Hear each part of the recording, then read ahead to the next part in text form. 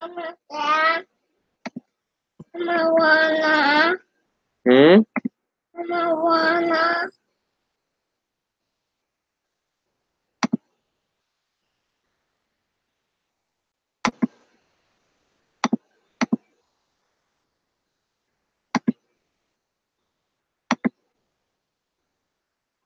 We're Packer. We're Packer. It's over with. We're Packer. What's that?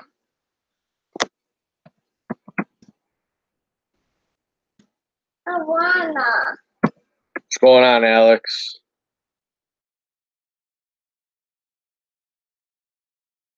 Let me put Hold on 1 second here.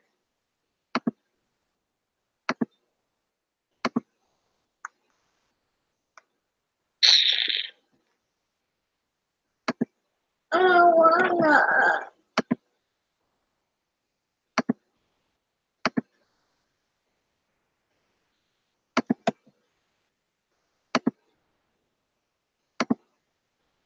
What's up, chimp? You want Moana? Marijuana. That's marijuana. Shh. Get your bink. Lay down.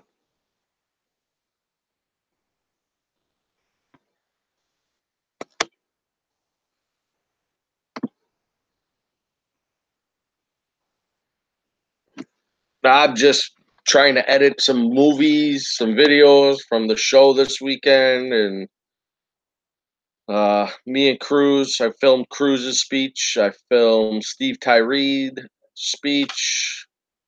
Trying to get all of that edited right so I could put it on YouTube so you guys can see what they were actually talking about. Other than that, I was filming Mike Paletta, and he was like, "You're not filming me, are you?" And I was like, "Yeah." So I had to shut that off. I won't put Mike Paletta's speech on. I shut it off. I shut it off halfway through. But yeah, we can't. He didn't want me to uh, put it on here just because he's probably going to be traveling and talking about the same thing. And but I had dinner with him. Got to actually physically sit and down and have a nice meal. It was like phenomenal with him, Cruz, Ling Sai from uh, Ecosystems, Miracle Mud, Reef Bright owners. I think his name's Terrell and Joy. Seahorse Whisperer sat with her. Um, yeah, it was fun. It was all the old timers. So I felt like it was Christmas in November for me. I got to meet some people that inspired all of us, you know. It was pretty cool. Not very many people are going to really get a chance to sit down with Mike Paletta and have dinner. You know what I mean? Steak, and it was like they had meat on a skewers. It was a Brazilian steakhouse. It was pretty cool.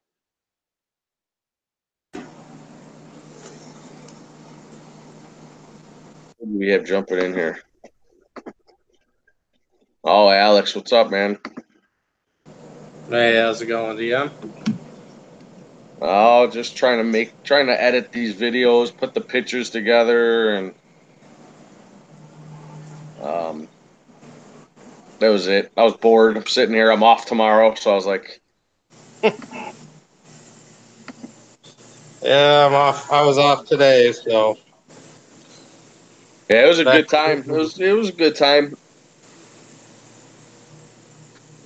I came out Sunday for a couple of hours. I didn't have a whole lot of time, so Yeah, I was there in the VIP part, so the night before, and I got a I don't know, I got like 10 pieces.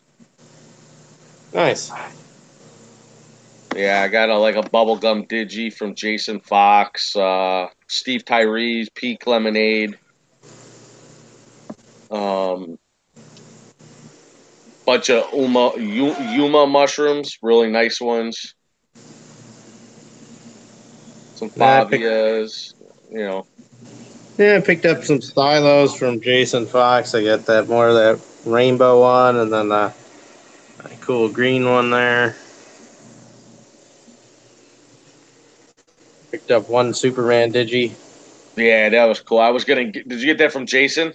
Yeah. I was gonna buy. Was it in the top right?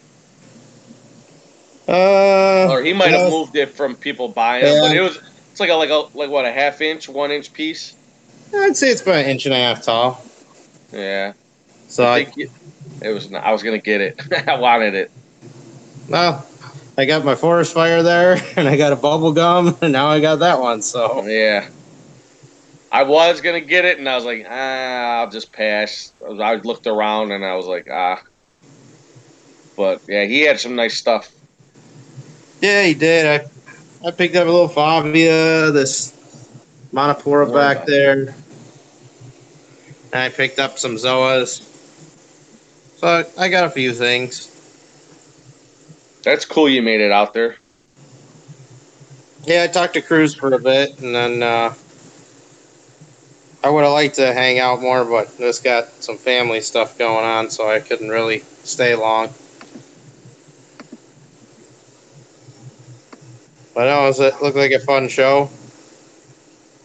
Yeah, for their first one. Hopefully, next year I'm gonna make sure I'm there. I'll take off and go. I was gonna go Sunday, but I overslept and Cruz left without. Well, he just had to get there. So, uh, but other than that, did you see Mike Paletta and all them? Of course you did, right? How Mike was giving his talk, and I really didn't. I only had about an hour and a half at the show, and then I had to take off.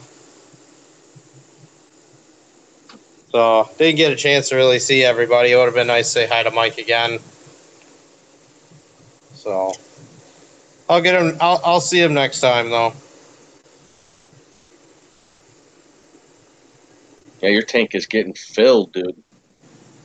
Nah, it's getting decent.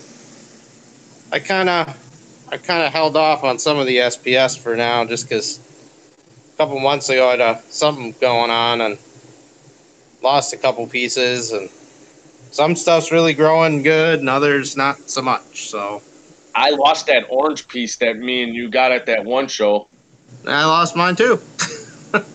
Yeah, the Millie, I just lost it 2 days ago. It just woke up and the thing was bleach white. I don't understand. I don't know. I bought a second one from them that was like a kind of a golden brown.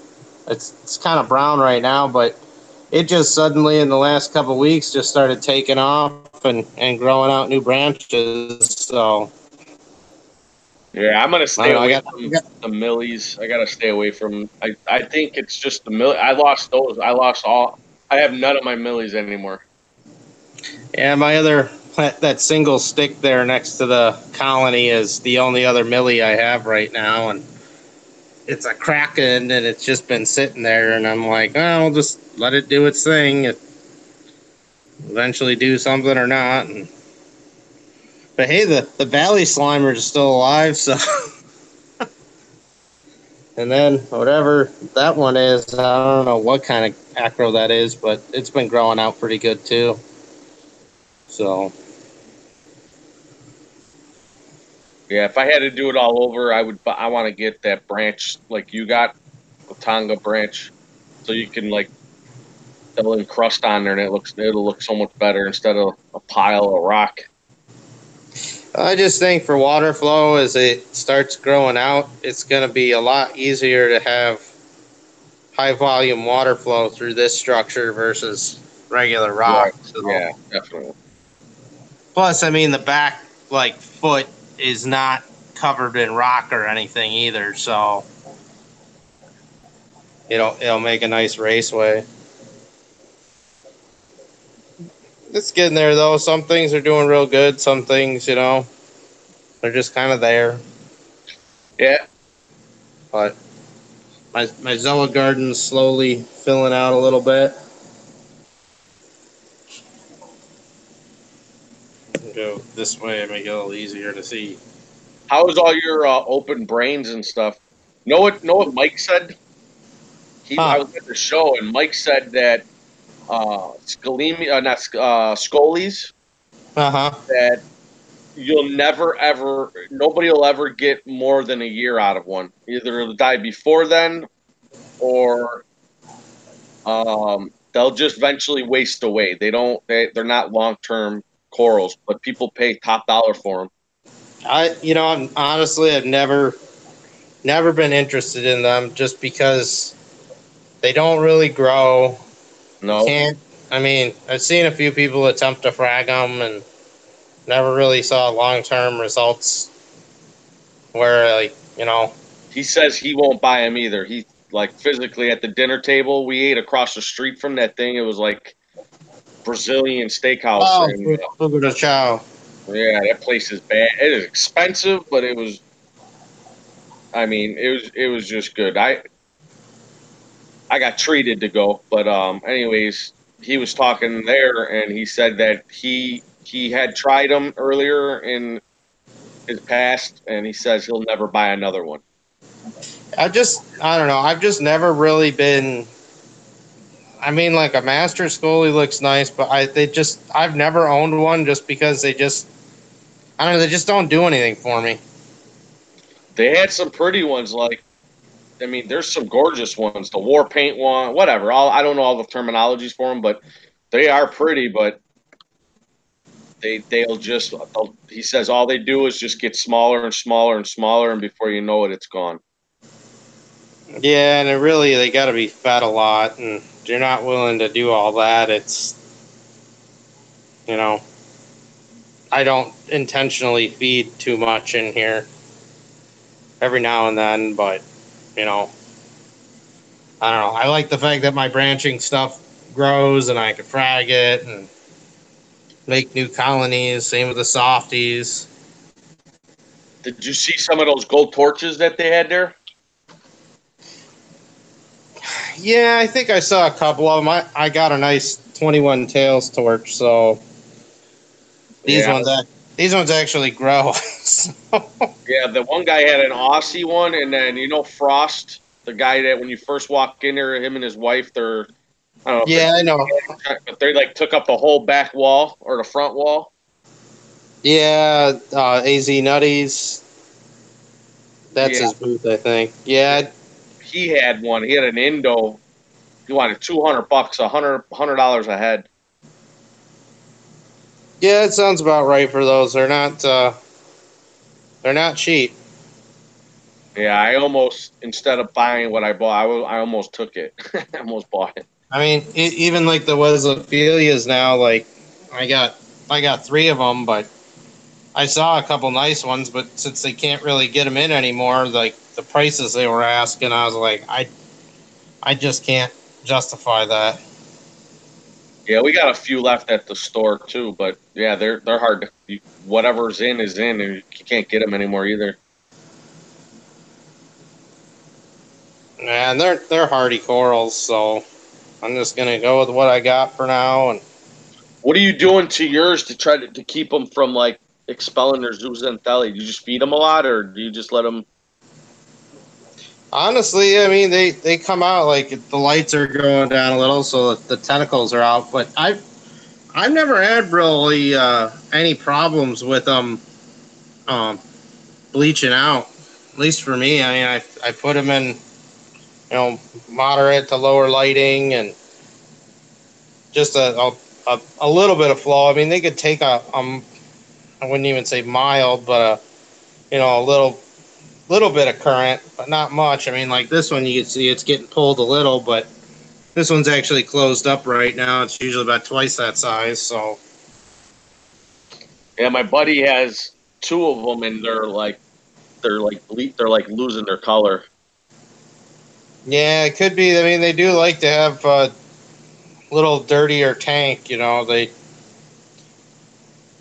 But the only thing that I've ever had that's become a problem for them is every now and then, and it did happen to this one, but I caught it in time. Is the sea cucumber decided to park out next to it And I don't know that there's an interaction that takes place between them and a sea cucumber. It just irritates the polyp, and it'll start retracting. But if you catch it right away, it's not a problem.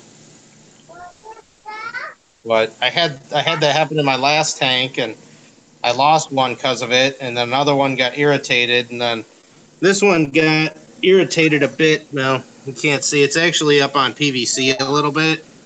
I just barely put it off the bottom, so.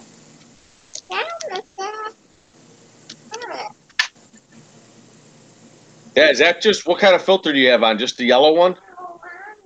Yeah, it's an Aquara clip.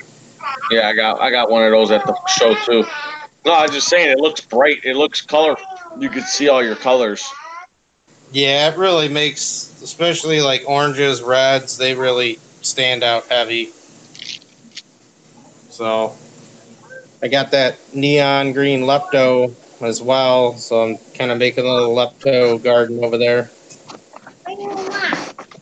I don't want that. I don't want. So no, just taking it slow and steady with everything though. Yeah, that thing's packed with, man, you got a lot of corals in there. Yeah, I know there's over 100 pieces in here now. So some of them have grown up pretty decent, like that Astereonepthia back there's gotten. That was just a little like 1-inch frag I started with, so I've already fragged it out a couple of times, and gonna start spreading that through the other tanks. I gotta see if I can get a couple more varieties of it. And my green sinulara, I've fragged that out a couple times now. That one in between is your elegant. Is that an elegance in between your frog spawn and? Yep, that's a cherry proof elegance. That's one they frag. So those are really nice. They do really well. Like I said, they actually do frag that out, so they grow them. This elegance can be a real pain sometimes. Yeah, that's what I hear. Well, a lot of them, it's one of those corals. I mean, even the Wesleyaphilias, in my experience, could be that way, or wall hammers, bubbles. I mean, like they don't come in like perfect. I mean, once they start to go, I mean that's unfortunately it's the end of them a lot of times. That's why I like branching stuff a little better. But and I still got a couple. I got 2 baby bubbles there, and then the mother colony still got a little bit on it, but there's a bunch of babies on the other side. So That's a Lobo right there, that in front. yeah, this is one of those hairy lobos. I like that. Yeah, I picked that one up at Aquachella, and then I got one other lobo back there. Just a little fragile one. It was really nice when I saw it shop in Naperville. And I got him to frag it for me, so. But no, things been going pretty good. Still, everything back here's been doing good too, so.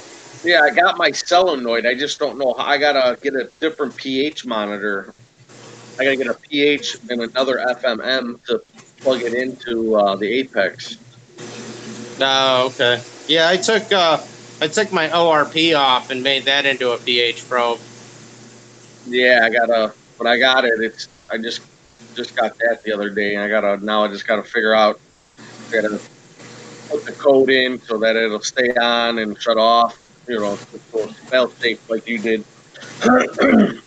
Yeah, and I mean honestly, like since this calcium reactor's been running, it is not. I haven't gotten the pH down low enough to where it's shut everything off. So I don't run it all the way down to like a 6.5. I usually keep it like 6.6, 6.7. Yeah, I got mine down pretty low. Mine's at 6.5 right now. Yeah, I didn't go any lower with mine because I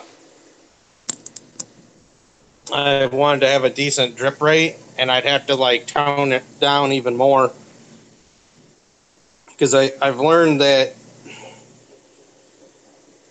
as long as the flow of gas is constant, what you get with that carbon doser, the water flow could kind of fluctuate up and down a little bit, and it won't really affect anything. So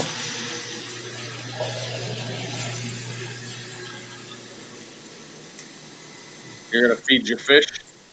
no, that was a bunch of detritus I pulled out of my big tank, but I didn't want to throw it away because I want to see if there's any bioluminescent critters in it. Well, here, this is a good example. So that's my calcium reactor drip, which it's a little bit lower than I like it to be. So we'll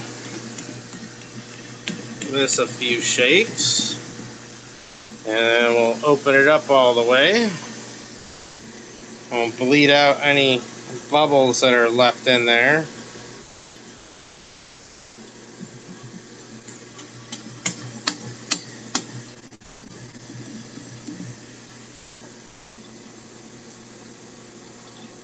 I do this once or twice a week usually.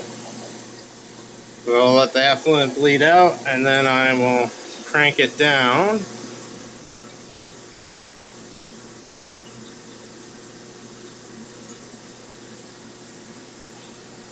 It should start slowing down here in a sec.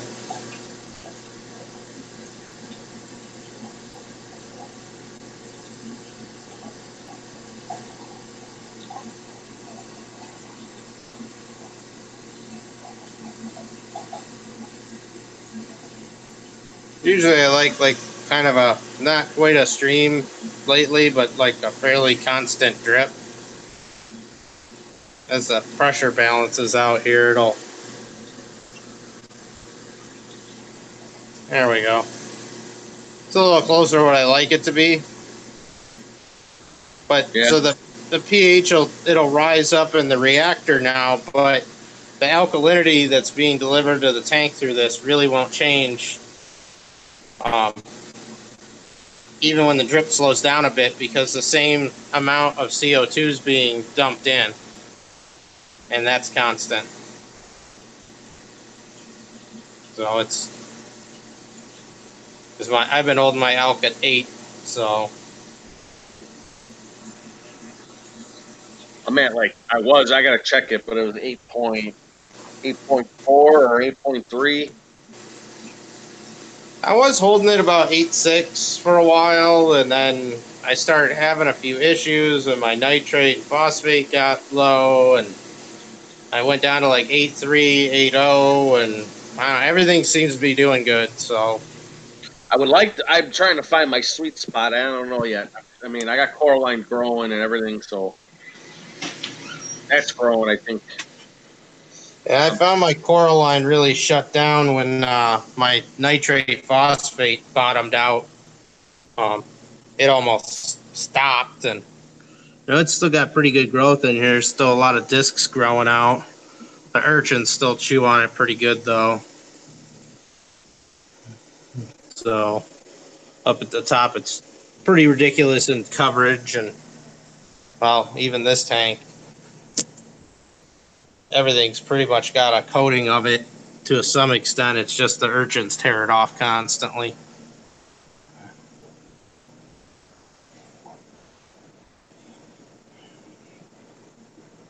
It's crazy that you built them.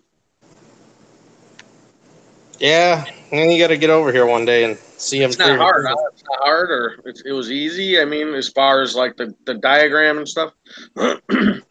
Well, I mean, like I kind of took just I did a lot of research, and then the King of DIY had his plywood aquarium series. Yeah, I remember watching that. I took his design and I modified it a bit. So, and then the big tank, I had to reinforce that one because it was just too tall to be plywood skin alone.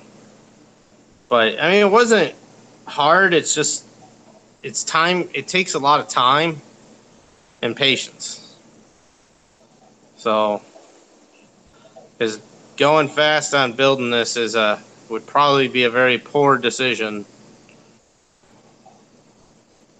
But once it's done, you fill them up slowly over a few days and make sure everything looks good. And you know, I still check for Boeing periodically and don't see any. Yeah, you seem like you're very meticulous. I remember when you had to take it apart because it was Bowen or whatever, and or it wasn't stable or whatever. Remember, you had to like reinforce to one side or both sides. Yeah, I did. I did three sides on the big tank here.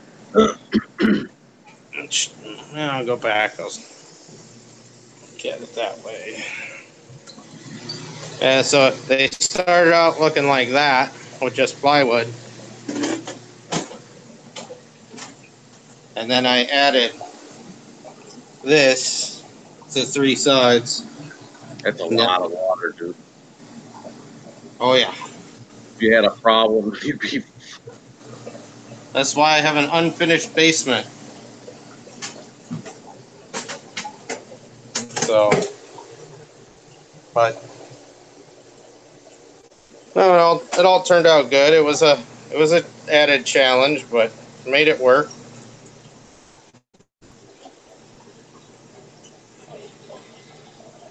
And it's hard to beat. I know, man, but it just I want to do something like that, make my own. You know. Yeah, if I was gonna do it all over again, I shouldn't say if I was. Eventually, when I do the next tank, which I don't know when that'll be, but I'll probably I'll probably go even bigger. But I'm thinking that I'm gonna make it. I'm gonna do 4 glass sides, and then just make a bottom and a top frame and put it all together that way, so I could take it down and put it back up if I want to. Yeah, I want to do like your 400, probably like your. I want to do like a 10 foot by, I don't know, 40 inches maybe, not quite 4 foot, 40 inches by 27.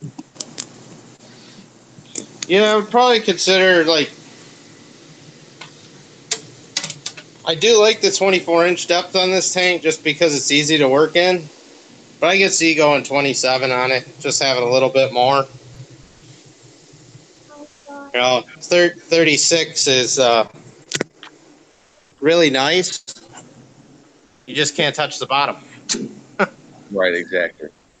Which, it's kind of got advantages, disadvantages. It's an iPad.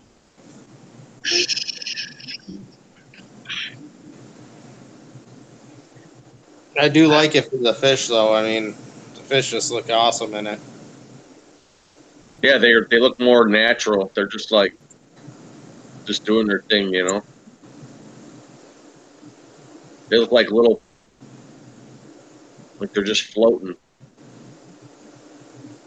And, well, front to back always looks really good with this, too, is just the depth, seeing them swim away slowly.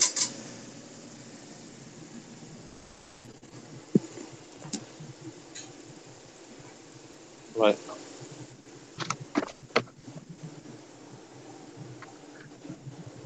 yeah, we'll see, though. I still got a long ways to go before these tanks are all filled up.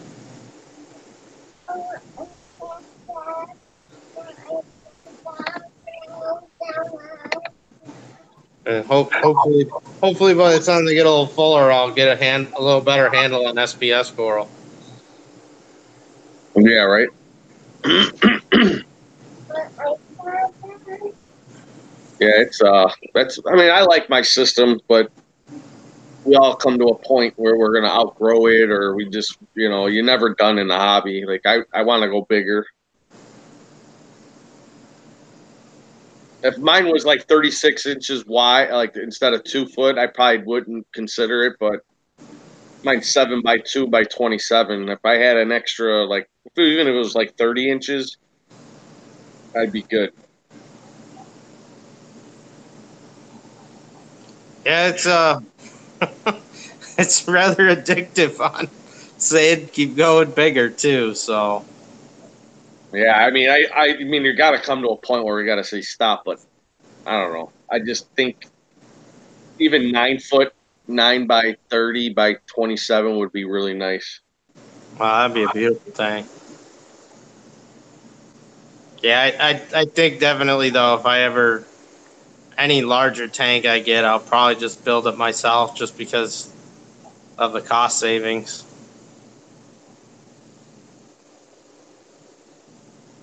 Because building these out of plywood saved an enormous amount of money. Oh yeah, definitely. That's because I already have all the equipment enough to do a bigger system. It's just the build. I wouldn't want to.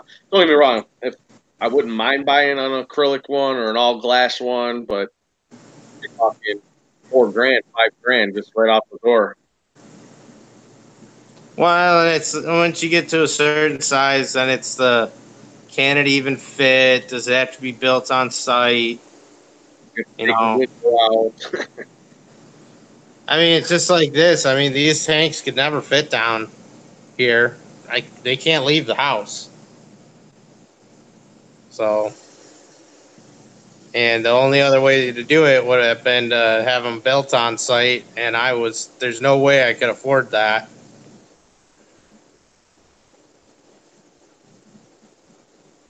Yeah, right. I can only imagine what it.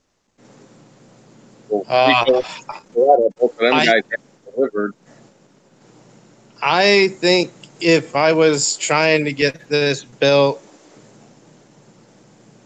and have it assembled on site out of glass or acrylic, I think it'd probably be at least like 15 to 20,000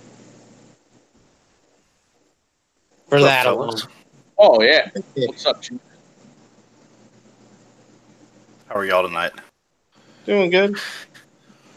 Yeah, and then they're going to be there for it. Ain't going to be done right away. It's going to take a week for them to probably actually physically get everything right, and hope to God there ain't no complications. Yeah, and I kind of look at the end of the day. I'm like, hey, I build it. It gets if I screw something up, it's my fault. Not, you know. But not only that, but you took your time. I mean, I've watched all your videos. Like you seem like you got like not you got experience, like engineer experience. You figured it out. You figured, okay, I'm gonna have a lot of pressure on the outside walls. And you seen that it was bowing when you started filling it, so you think, what I mean, slowly did it, and then you reinforced it. Like, I mean, you're Yeah. putting glass, what, an inch thick or something? Well, the sides, the reinforced part of the sides were already an inch and a half thick, so it was just it's just too much pressure in the midsections, and I knew that was a chance of that happening because when I built it, when I first started the idea for this whole thing, I wanted to go 8 foot by 4 foot by 4 foot, but then to do 4 feet deep, you had to go to I found out now I could have gotten away with 3/4 inch, but at the time it was you need 1 inch glass for that, and um, subsequently I found out you could do 3/4 if it's tempered, but just the weight of that. I mean, I think that was like a 960-gallon tank or something, and you know, originally I wanted this to be like a big square drop-off tank, and then I kind of ditched that idea and did the side by side instead because I was like, that's going to be a really complicated build, and doing a step tank changes pressures, and really can kind of hose up a lot of different things with loads, and Right, this right. was this was just a lot easier. And it's still got, I mean, it's like a drop off tank still. Because I really want to be able to keep the big fish that aren't reef safe, and then I wanted to keep a reef. So What do you keep your salt at? 26. Yeah, that's what I keep mine. You know, and I said I plumb it all together as one big system. I could make all the filtration. I mean, I wasn't buying a protein skimmer for a tank this size because they go to ridiculous pricing when you want a really large skimmer. Yeah, I just picked up one it was used. It's an older one. I got it for free, but a Deltec, man, it's 40 inches tall by, I don't know, 15. Two Aheim modified pumps with needle wheels. I mean, back then, I guess 9 years ago, that thing was $2,200. Yeah, that's the whole thing. I mean, they're just. I think when I was looking at skimmers for this tank, it was like, I think the lowest I could get in was about 3,000, and more realistically, like 5,000 to 6,000. And I was like, that's just ridiculous. I'm mixing air and water to make bubbles. Yeah. It shouldn't cost that much money. So At the end of the day, that's all it is air and bubbles. Air, water, and bubbles. yeah, I mean, that skimmer I made that for a fraction of the cost of buying one. So it took time, but I was fine with that.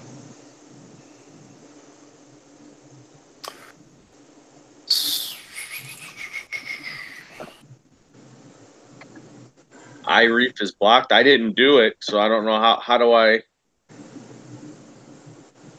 Yeah, I think You go to your blocked list, or you might have to go to his channel. Where is he can't even get into this chat, or No, usually, no. If you're blocked, you can't. so how do I? Okay, hold on. Let me go.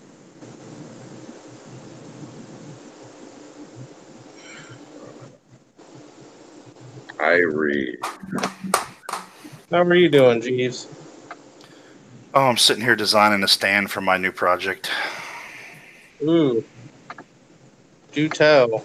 It's the exact inverse of what you have. So what? You're making it out of steel and acrylic? No, it's a 5-gallon Fluval Evo. No. And so I don't have anywhere in my office to put it, and the wife kind of shot down the idea of putting it out in the living room. Or she was very pissy about it, so I'm looking at just building a little stand. I think I can get away with 1/2-inch plywood, no problem. Oh, for 5 gallons? Yeah. Oh, yeah. Well, 5 gallons, and I'm going to build it to where I could maybe put a 10-gallon under it for a sump down the road if I wanted to. You just want to do all plywood for it? All plywood. I want it to be able to hold.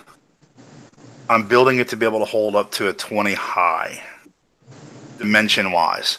If I'm going to have to build it, I may as well build it for a bigger tank down the road if I want. Hey, I don't mean to cut you out. So I'm in his thing. It says block user, report channel icon, report user. I don't have them blocked though. He might have you blocked. No, it doesn't work that way, I don't think. So if I block them, I should submit it and then try. Will it let me unblock them? No, you're on his channel, right? Yeah. Go to your channel and see if you have blocked users. Hold on. All right. Let me. I'm going to my YouTube right now. All right. Go to my channel and then go to where would I go on here to find that out? Like My channel, paid members, studios, Twitch accounts. My channel, if I go there. No. About channels, playlist.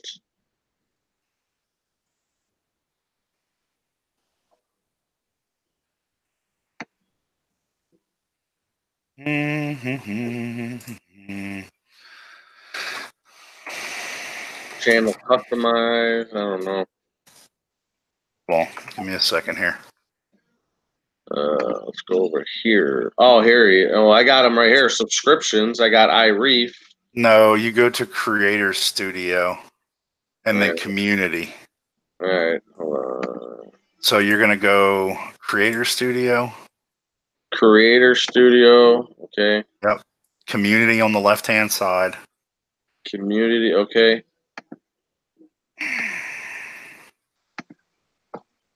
All right. Then go to subscriber. Yep. I see everybody's there. iReef. 4 weeks ago. No. Go to Community Settings. Okay. And then look under there. You have hidden users. Yep. What Is is he that? in there? Yeah, he is. Click the X so he's not in hidden users anymore. Oh, these are all the people that we don't want. Oh, I've never done. Why is Tristan in there? He's not supposed to be in there. I was in there a while back on K-Towns. Or on yours, one of y'all's. The Salty Reef. Why is he in there? That's my dog. Unlucky Eddie. Finger Bang. Oh my God. What the fuck? Just go and remove all the people you don't want in hidden users. The Biz is in there.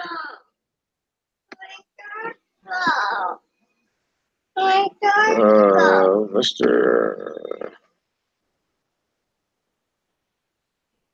Dre's Salty Aquatic. Marine. Man, all these guys. Holy cow.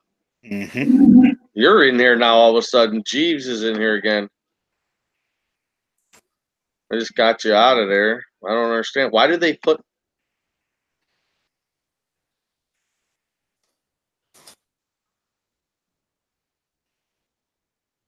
Reef Keepers in here?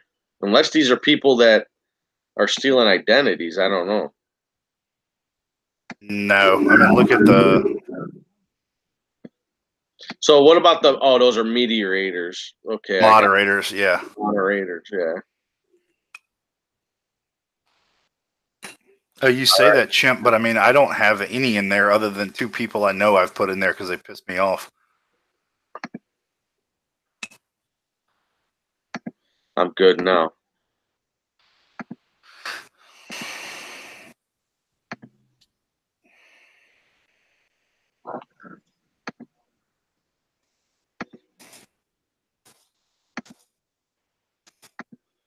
All right, so you should be able to...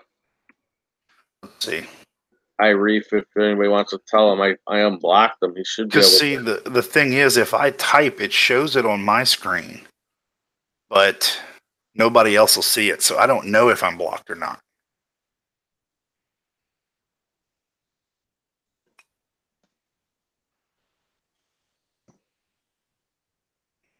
Z. Can you see where I just typed in there? No, hold on. Let me...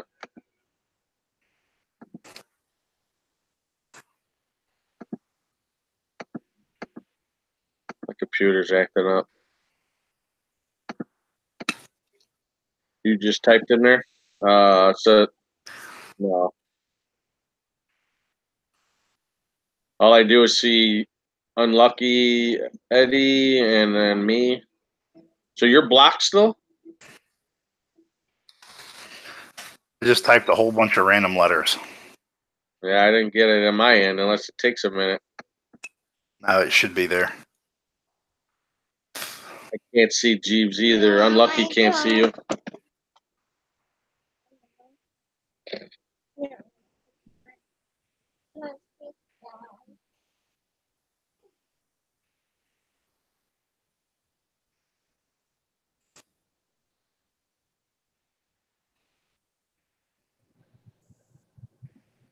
K-Town can't see. I can't see you, Irie. Yeah, so I don't know if somebody wants to go on his channel and let him know, but I unblocked him. I don't know. Yeah, I got a nice Favia from that guy Frost that I was telling you about, Alex. That when you first walked in, he had like the whole back wall. It was pretty sick. It's a big peak too.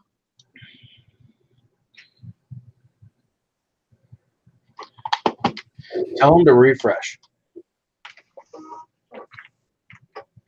Yeah, maybe he can leave and come back, and it might. I don't know. He can hear me. Y'all see me now? What's going on, Al? Nope, Jeeves. You have to try refreshing yours too. Yeah, I just did it. Hold on. Let me close out of it completely. He says that he can hear us, but he can't see. Yeah, he should be able to hear us and see the chat, but nobody will be able to read his messages. Want iPad, Dad? It's dead. No. I want it. Come I here. want tart. Where's tart? Where's tart? I don't know where the charger is, Jay. Where you find it? Mommy's got it. Shh, I'm on the computer. Be quiet. Watch more Moana. It's crazy how that YouTube will just do that, you know? Because I didn't do it. I don't do anything. I mean, it's crazy how they just unless somebody else put them there. I don't know, but no, you have to block them for them to get on that list, I think. yeah, I wouldn't have blocked Reef or any of you guys. It's not. Well, I found one person blocked on mine that I know I didn't block.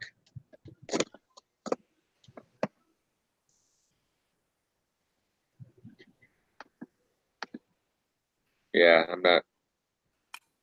I don't know if he's trying to get in or. But yeah, it's weird. You're not even in the block, but we can't even see you. Maybe have to wait till next stream. But last time, K-Town fixed it and it went right to it. iReef's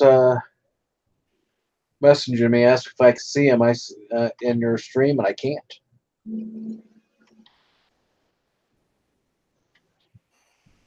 Yeah, I can't. I went to what he told me to do. I'll go back. Let me see if they put them back in their Creator Studio. Go to community settings. Go down. We'll blame it on AL. No, but Tristan's back in here. No, he's back in here. All the same people are back in here that I just pushed the X. So that's X. Tristan. There, iReef's there. Yeah. Oh, iReef Radio. iReef is back. Salty. Yeah. I just unclicked them. Yeah, so Bryce Maxey is my other channel. I can get in on my other channel. Do I have to save this or something? I don't know. I haven't played with it that much. Hold on, I'm going to it now. I'm looking, but videos allow all comments in your channel, creators, and yeah, I think you have to save it. Messages in live chat. Hold for simple inappropriate. Hold up creator review. Yeah, at the top, you should in community settings. Oh, right here, you got to hit save. God bless America. What are we gonna do with you? Hey, so I save. Now he should be able to come in. Now I'm gonna get Biz back in. Biz, I gotta save Reef. Hey, I see iReef. You see him? That's a different iReef. That's his other channel. Tell him I just saved everything, so he should be able to come back in under his original name. Can y'all see me typing in there?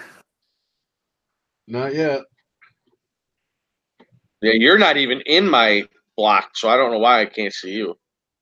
Hey, Reef, I just saved everything. Try to come back in under your regular name. See if it works. It should work now. You should be able to come in.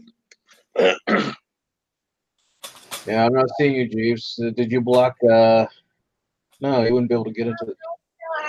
It doesn't. It's a one-way blocker. Yeah, I went on my creator studio just now. I have 2 people in there that are supposed to be in there.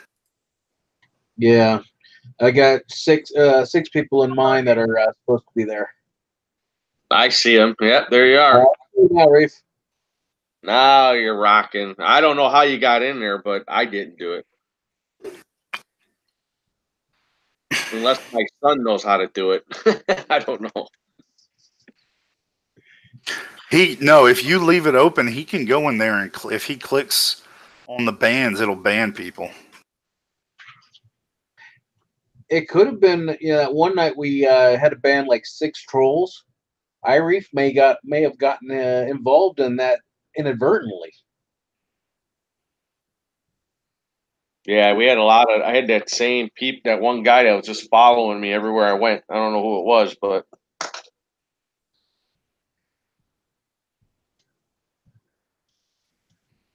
Yeah.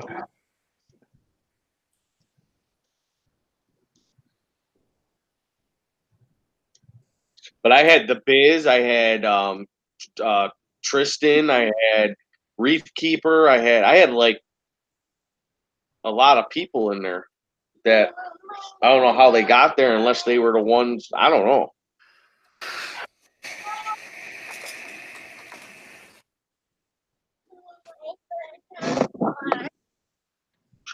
I know. I mean, one of the reasons why you got so many moderators is so you can differentiate the people coming in under other names. Yeah, Tina had her account cloned.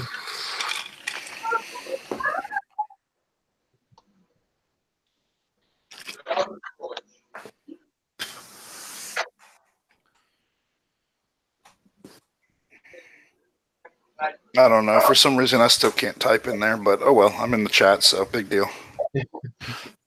I'll go to my other channel so I can type on the thing. Get the one that's in here. I'll probably subscribe to that one too. I don't post anything on that. What we have.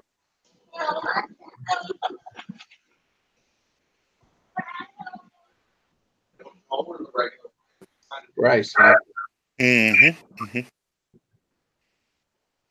Isn't Bryce a girl's name? It's both. Asshole. Hey, I wear that title with pride. Yeah. I actually had 2 other guys I graduated high school with named Bryce, which is unusual. It's not a very common name. I'd never met a girl named Bryce until I went to college. Oh, shut up, K-Town. I don't have the patience to sit there and edit videos. That's my biggest problem is I don't have the patience, but I'm gonna have to learn, especially when we get the chickens and bees up and going this spring. All right, so back to earlier conversation. 1/2-inch plywood should be able to hold up a 20-gallon tank with some bracing, right? Oh yeah. Yeah. Okay. Now, the only thing is I don't want to clad the sides of it for now because I don't know if I'm going to put a door on both sides. I may use it as a peninsula-style stand. Okay. So I don't want to screw plywood to the sides of it yet and close it up. So what's the vertical support on it? It's just plywood, right? Yeah, and then I'd have to have cross bracing to strengthen the joint so it won't shift and collapse.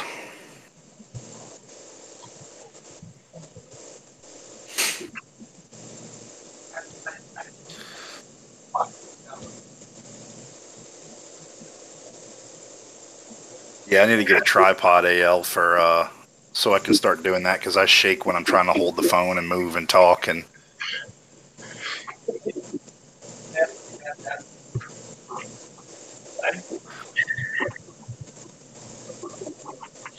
And hopefully, my old lady lets me set up the tank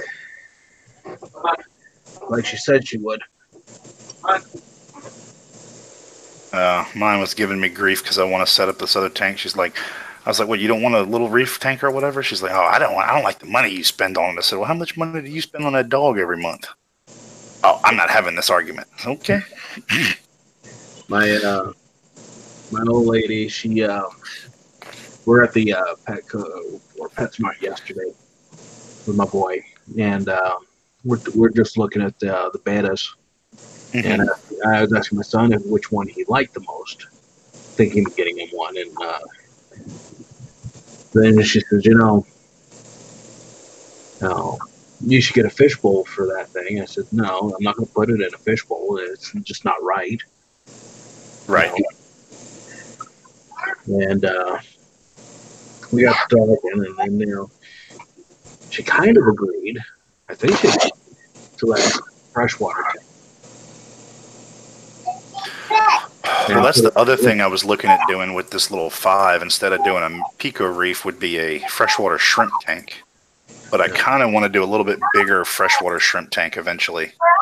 So that's why I'm building this stand to hold a 20-gallon where if I decide later, hey, we're going to rearrange some things and I put that Pico Reef out front, then I can get a regular 20-gallon to do a shrimp tank with. Yeah. Or a 10-gallon long. If I do set up the tank, I'm going to be setting up the 75 as a freshwater instead of setting up a reef tank. Okay. Now, I'm not going to get rid of any of the equipment that I got already for the reef tank as well. So what reef tank do you want to go with eventually? At least the top. But I want to do a 75 or bigger, 90. Okay. For a reef tank. Gotcha. Actually, my dream tank's that 150 that I keep looking at. Oh, yeah. Well, I mean, I like the 40 breeder, and then I like the 90s and the 120s, the 3x2x2 and the 4x2x2. Now, that 120 is a nice size. Yeah. And she said I could set it up in the living room instead of my office. Well, that's nice. Yeah. See, freshwater fish don't interest me, but I like the little shrimp because you can't have, other than peppermint shrimp, you can't put, a bunch of shrimp. And if I do freshwater, I can do, 20, 30 shrimp in it. There's a couple of, different crayfish you can put in. As well as, your little shrimp. Yeah, crawfish don't interest me either. I live in Louisiana, so we get crawfish.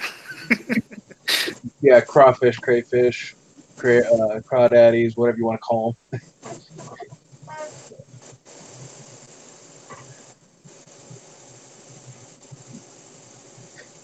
I have never eaten crayfish.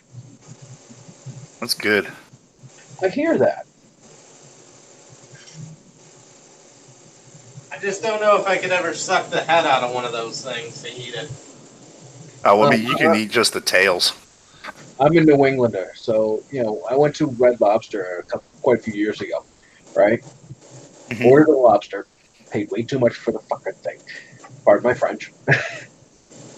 And get this boiled lobster, and what they do? They pierce the shell of it, which caused all the tamale to go away. They boiled out. That's one of the parts of a New Englander will tear that tail off, get a spoon, and start scooping the tamale out of the head. Got a lot of good vitamins in there. It's like boiled crabs. A lot of people don't eat the fat off the boiled crabs, the yellowy fat, and I eat all that. It's good. Yeah.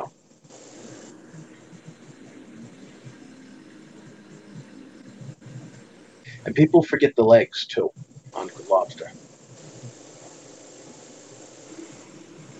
They go for the claws and the freaking tail.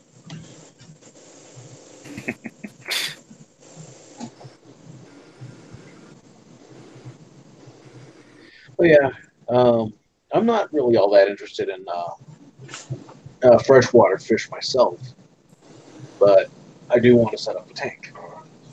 Right. And if I have to go freshwater, I'll go freshwater. Better than nothing. Yeah. And it'll be something to get my boy interested into aquariums. Yeah.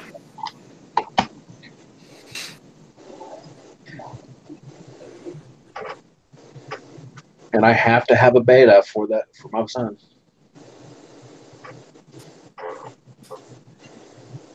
Finally got my wife into corals a bit. She loves zoanthids. I was never into it. And now I'm into them. My wife never wants anything to do with the tank until I try to get rid of something. And she doesn't want me to get rid of it. Like this, my purple urchin. I want to get rid of my purple urchin. He served his job. I don't have any hair algae growing. Now he's at the point where he just eats coralline and knocks stuff over. So I was going to, get rid of him. The LFS is all charged 25 for him. So I was going to charge 25 or trade for a frag. And she's like, oh, I love, why are you getting rid of the urchin? I love the urchin. He's my favorite thing to watch now. I'm like, oh, well, you haven't given a shit until I want to get rid of him. That's when the sea urchin dies one day suddenly. Yeah. See, when I have a sea urchin, I don't want it anymore. I just take it out of the reef tank and put it in the big tank with the puffers. What's going on, Cruz? My dog face has eaten the rock boring urchins I have. It ate all the spines off of it, and then it eats the urchin itself.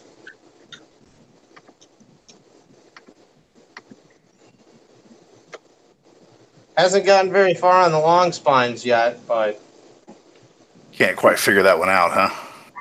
I think it was working out one of them, though, because I noticed the spines were about half length, so there might be a desire to try, and I'm fine with it. That's what they do.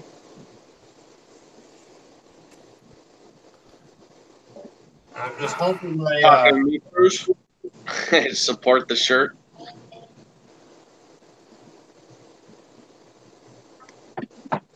Did you go to the convention this past weekend, DM? Yeah, I went with Cruz. Yeah. I was there. I didn't go Sunday. I went there Saturday and then got to go to the VIP where I got to pick out corals before anybody else. Nice.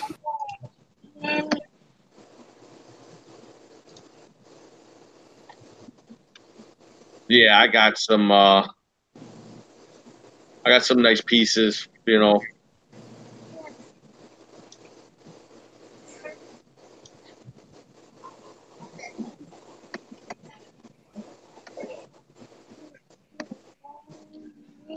you hear me? Yeah. Oh. Yeah. I thought you were going to continue with it. Nice pieces. Got to meet everybody that I been wanting to meet for since I started the hobby. Never thought it would happen, but Cruz made that happen.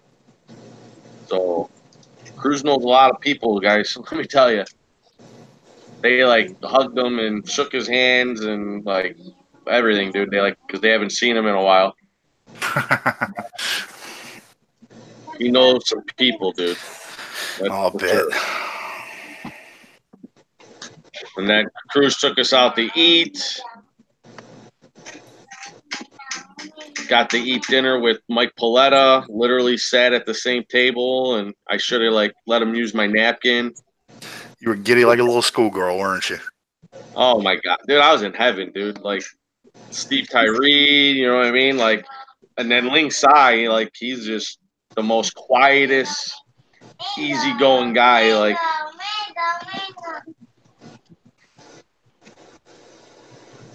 he was just like really cool, like, you know what I mean? Mm-hmm. And then the people that own Reef rights were there. So that was cool. I'm gonna talk with Joy and see if I can smooth her into giving me a better deal than what we have to pay. I want to pay like way less.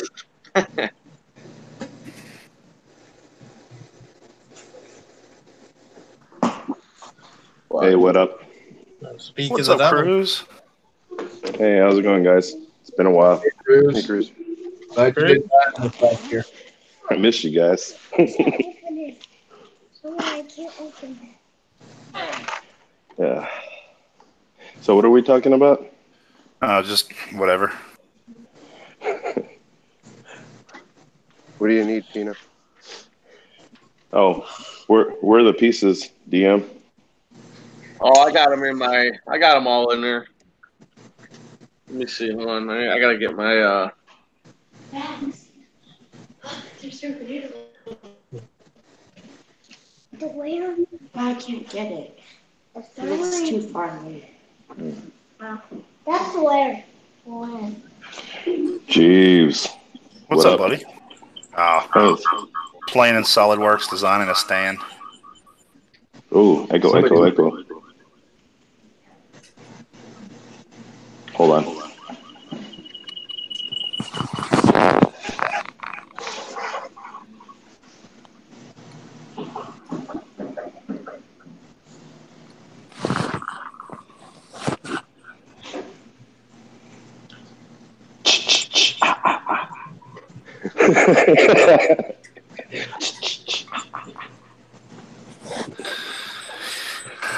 So Kwaku's Reef, is that your brother? Seth. No, Big that Seth. is Oh no, I That's Seth. Yeah. Seth. Reef Roids is my brother. Roids Reef. What's going on, Tina? Hold on. I'm sorry. Hold on. Trying to get this to where you guys.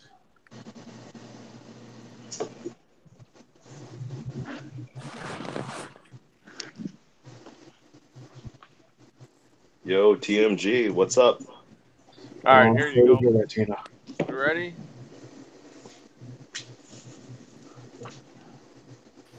Oh. Hold on. Let me take a look.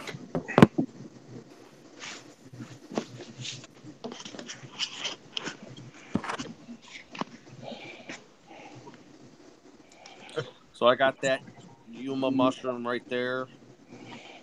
That's nice. It's really colorful. It's opening, but its lights are going down.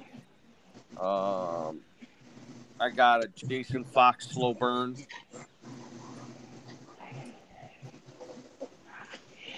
Obviously, What with this is? light, it looks better like this, actually. Remember the demonstration? They're saying how the light has to like reflect off of it. Remember Steve was talking? Mm-hmm. That's a pretty piece. Yep. Tulio talked about that too. How photons, the energy of the I got reef. that little plate behind the green one. Mm-hmm. Steve Tyree pink lemonade right there.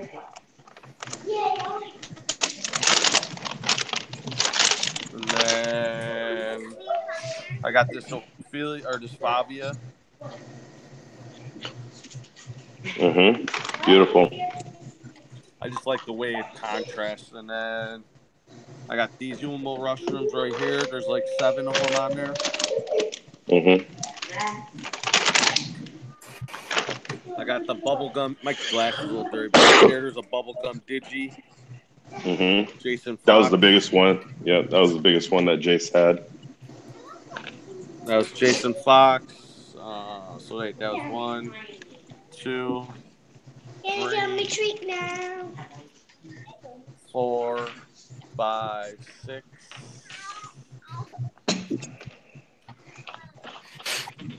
I'm missing one somewhere. I forget where I put it. Uh,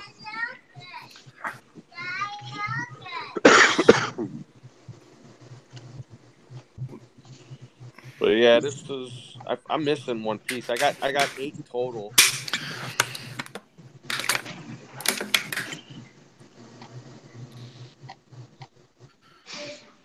How are you doing, Eddie? I haven't seen you in a minute. Well, I'm alive. That's a good thing. So they keep telling me. Flip your camera, Dave. Flip it sideways. But yeah, I got nice. It's nice. Very cool. Very, very cool. Oh yeah, you were talking to Tulio and Joy about the Reef Brights, the 72s.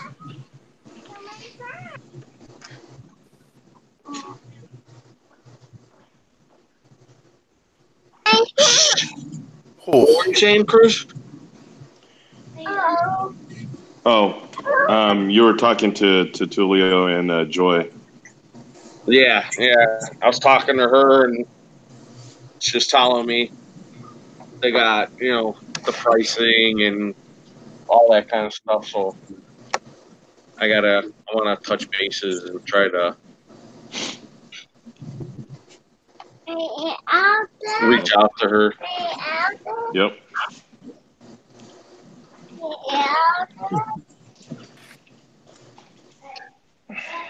But yeah, it was a good time, man. It was good. Everybody, especially when you got to meet the people, Mm-hmm. Like I told you before, I don't think a lot of us out here would feel safe to meet. Somebody's ready for Christmas. Yeah.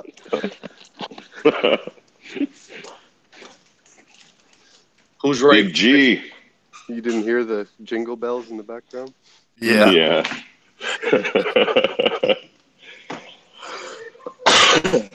You guys are crazy. So I like you.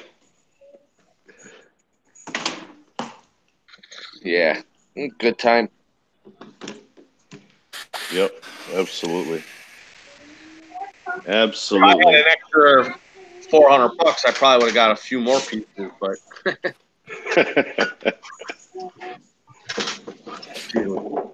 No, how'd you like the show though? At least the VIP corals that time. Oh, Dave? yeah, what'd you say, Cruz? I said, how'd you like the VIP coral time? No, that was good. I mean, it got busier and busier, but I think a lot of people. I mean, not all the vendors were there, but they were, as far as Mm-hmm. was there. Like Ross, he was good. I mean, he had a lot of stuff. Yep.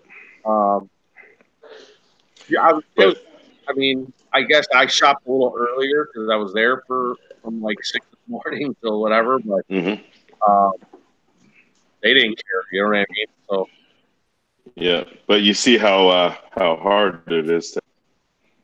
dude, it's a lot of time goes into a show, and for the tickets for you guys, what people charge, I think it's well worth. As long as you're going to get the sales. But yeah, that's It's a lot of work. yeah. Me and Steve were, he was running around with his head chopped off, but then he was like, "Hey, you need me to help you do something?" He's like, "Yeah, that's fine." So I put all the curtains up on all those poles, and I mean it's a lot. Oh, and there's another coral show coming up in March. I just dropped the link in the chat. Yeah, it's you know what, and for all the people that were there, like they had quality pieces there. I mean, as far as I know, a lot of these guys live way, way out of state, but like Tina, she'd probably be able to make it. Mm-hmm. Why don't they ever come to Utah? What's in Utah? I'm just kidding. Collection you'll ever get. How about British I've been to Columbia? Utah. Unfortunately, I'm stuck in Utah. Yeah, no, I gotcha. Utah, there's a couple of shops out there in Utah, some saltwater shops. I've been to a couple of times. I was out there in Salt Lake City, over there in Deer Springs Valley Resort, a couple of places close by. Yeah, there's one up near my hometown. So my hometown, I call it. My Yep. home on this side of the state, the country. Yep. But yeah, no, there's a big reefing community out here. Mm-hmm. But you know, Oh yeah. no, hardly any shows show up here. Yeah. I mean, that's how you Bison. start them, though. You can get your own like club or group going. Try to find other reefers within like an hour of you, and then that's I mean, I know it's easier said than done, but yeah.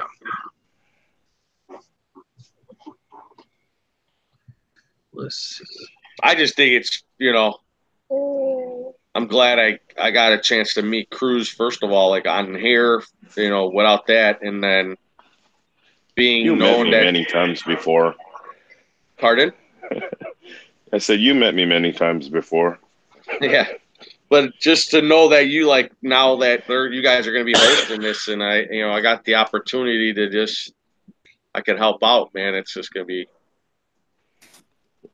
not very many people have that opportunity, Absolutely.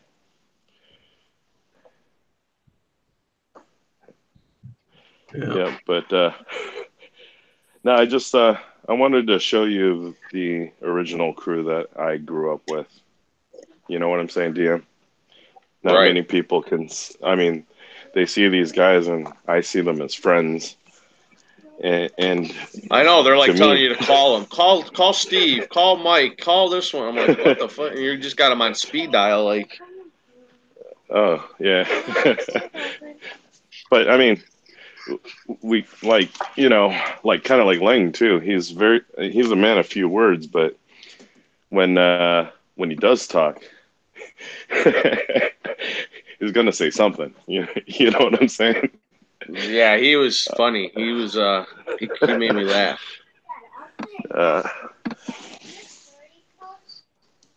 What was that? Yes, dirty clothes. Daddy's on the phone.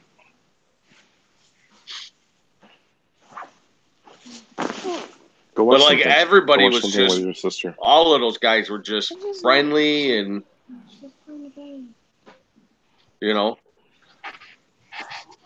Mm-hmm.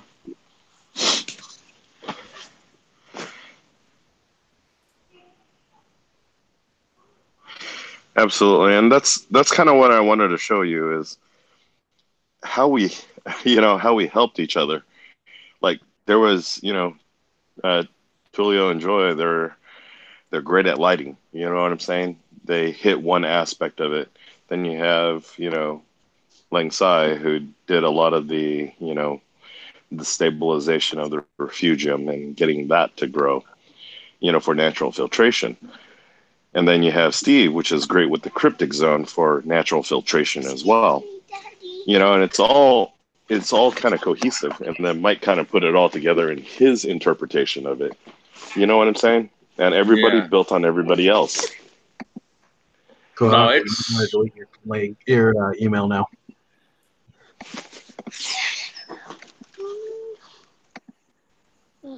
Yeah, no, it was good. Like I said, I got to put yours up on. I videoed you. I videoed all of Steve, and obviously I couldn't video Mike, even though he caught me off guard. He was, Are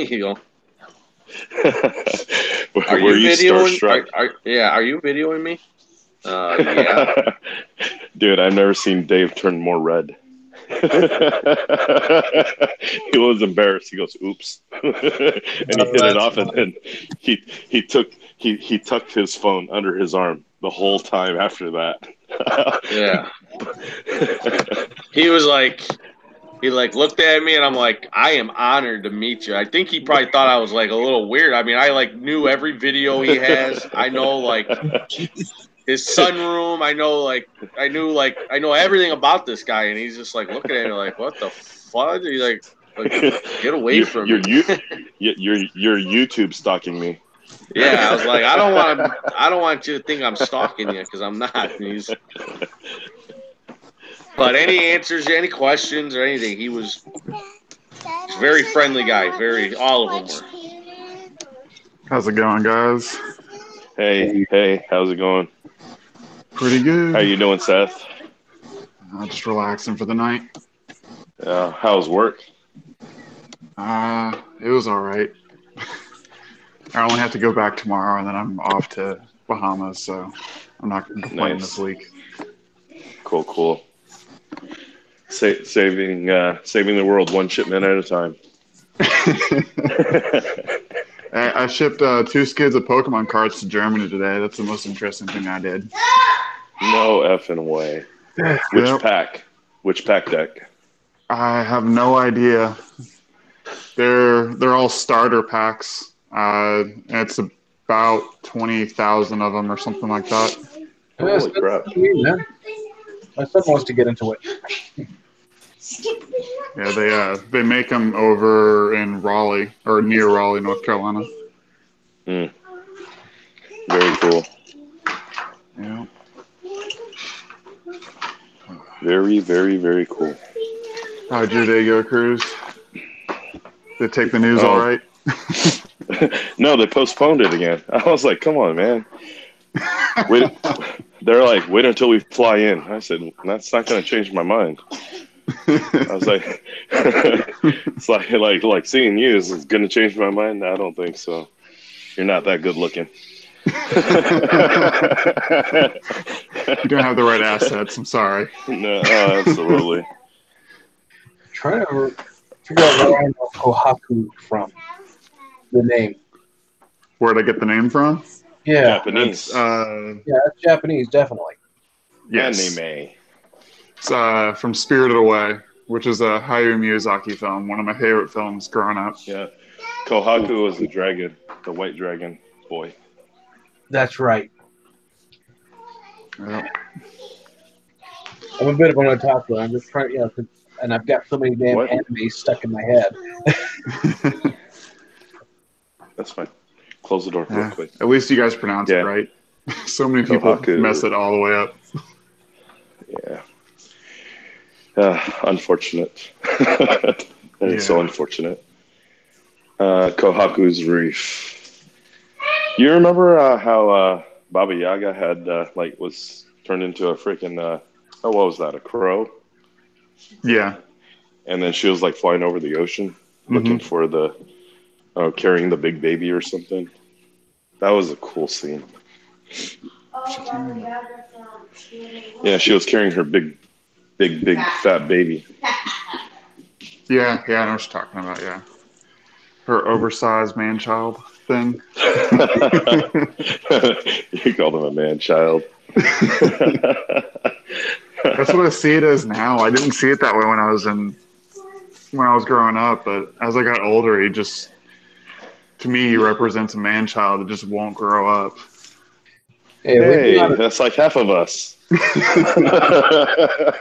Well, I'm not referring to the good, the positive man-children that do awesome things like make reef tanks or whatever else. I'm talking about the ones that are mooches, but... I know a couple of those. Hey, I got a I'm starting to think there's one in every family. I think Zazu had it right. Mm-hmm. Yep, absolutely. It's weird though, isn't it? It is. Like how some people feel entitled to everything. Yeah, some people think that life happens to them, and there's nothing they can do about it. So they just set themselves up for failure repeatedly. Mm-hmm. If they would just think past their nose or past 30 seconds, they'd figure at least a little bit out. Absolutely. That they could actually change their destiny. Yeah. One of my least favorite things is it is what it is. Is what? It is what it is. Yeah. It is what it is. Go on, time out.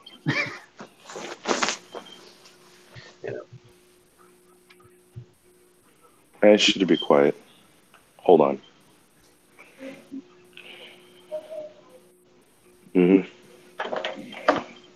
Sorry. Discipline time. No worries. Man.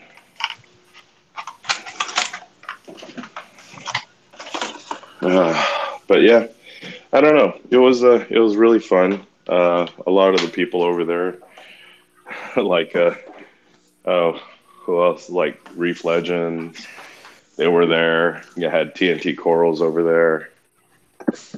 Reef Geeks who were else? there. Yeah, Reef Geeks was there. Raising Reefs. Yeah, Raising Reefs was there. Mm-hmm. Jason, of course, was there. But yeah, the way that he brought his corals, and I've always admired him for it, was that he would always bring it like in a jeweler's case. That small of a system,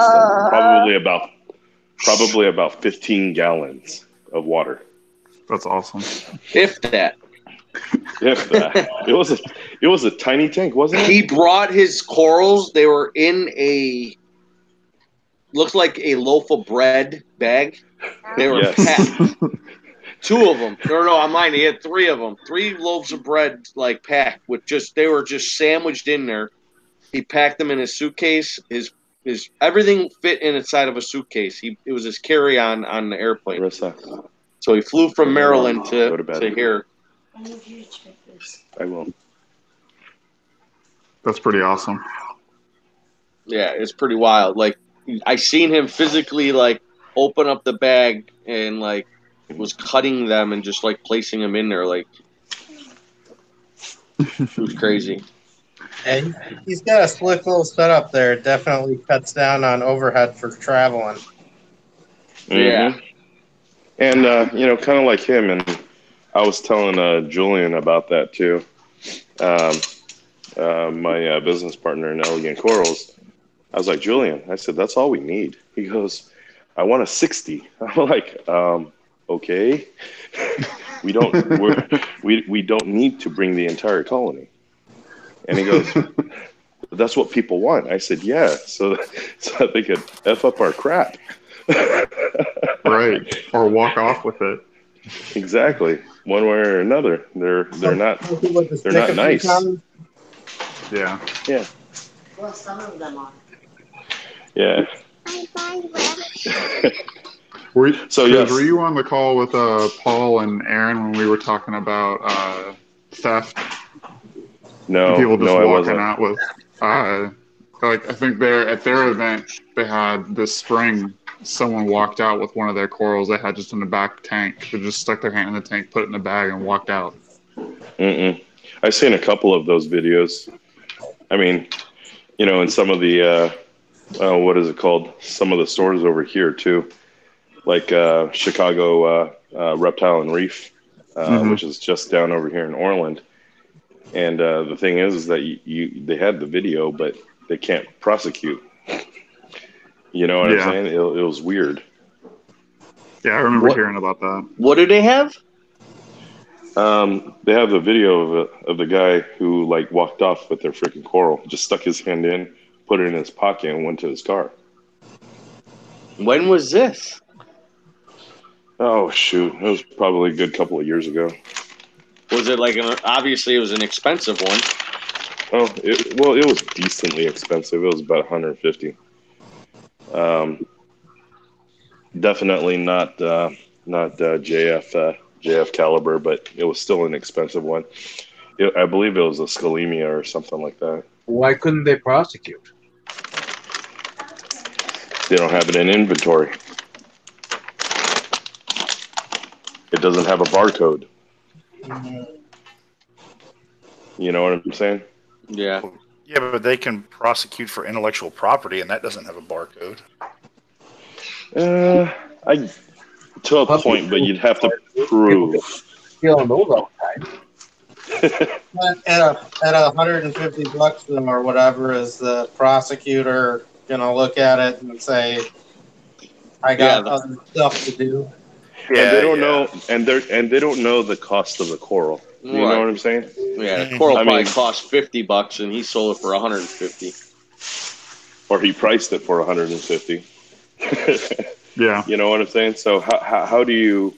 I mean, do you get a coral expert to go out there and say how much it costs or what? It gets very, very hard. Now, if you start calling it an heirloom, like some of our pieces, we're able to get insurance on it. And I know that I looked into it very, very hard and very, very deep. And yeah, I'm paying a premium for it, but if anything happened, it's covered by insurance. But it's not cheap. Do you have to have it in your possession for a certain amount of time for it to be considered a heirloom? You have to show it how long it was in the hobby for. That's what I did. So we had history, thanks to Steve. Steve was the one who actually started all that, the history of where it came from, blah, blah, blah, blah, blah. So it now has a history of its own. I'm getting a piece of history.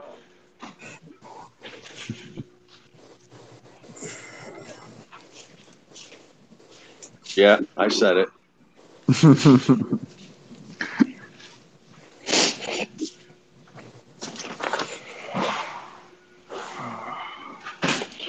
So, yeah, if you could prove the history, its lineage, all that other good stuff, that's where the whole lineage started coming into play. And we were talking about it, and that's the only way that you could actually assign a value to it. If it's a collector's item, if it's a rare, you know what I'm saying? That's one of the reasons why Steve started putting a name to corals. It wasn't to drive the price up. It was to, be able to claim it on insurance if our systems crashed, if we had a flood, so on and so forth. Does that make sense? In case of catastrophic failure, you have some way to recoup. Yeah. It makes sense. I mean, but no, that was the intent back then, and I believe that that's still the intent now.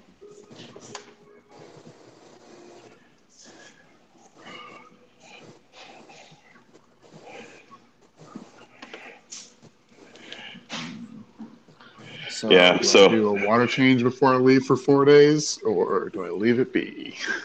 I'm going to leave it be. I'll have to give you... I'll get a hold of you, but you can give Julian my number. Oh, absolutely. I was supposed to give it to him before he left Saturday, but I don't know. He disappeared on us, so...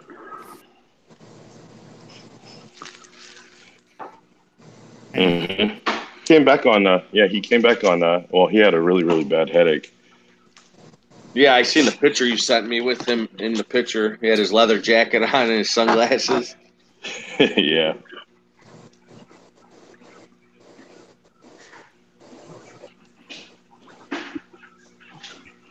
Yeah, but no, dude, that boy is so busy. Even outside of friggin' Elegant Corals and friggin' Oak Park and everywhere else that he's contract consulting with, trying to help them get their systems up. It's so friggin' it's crazy. I can't do what he does right now.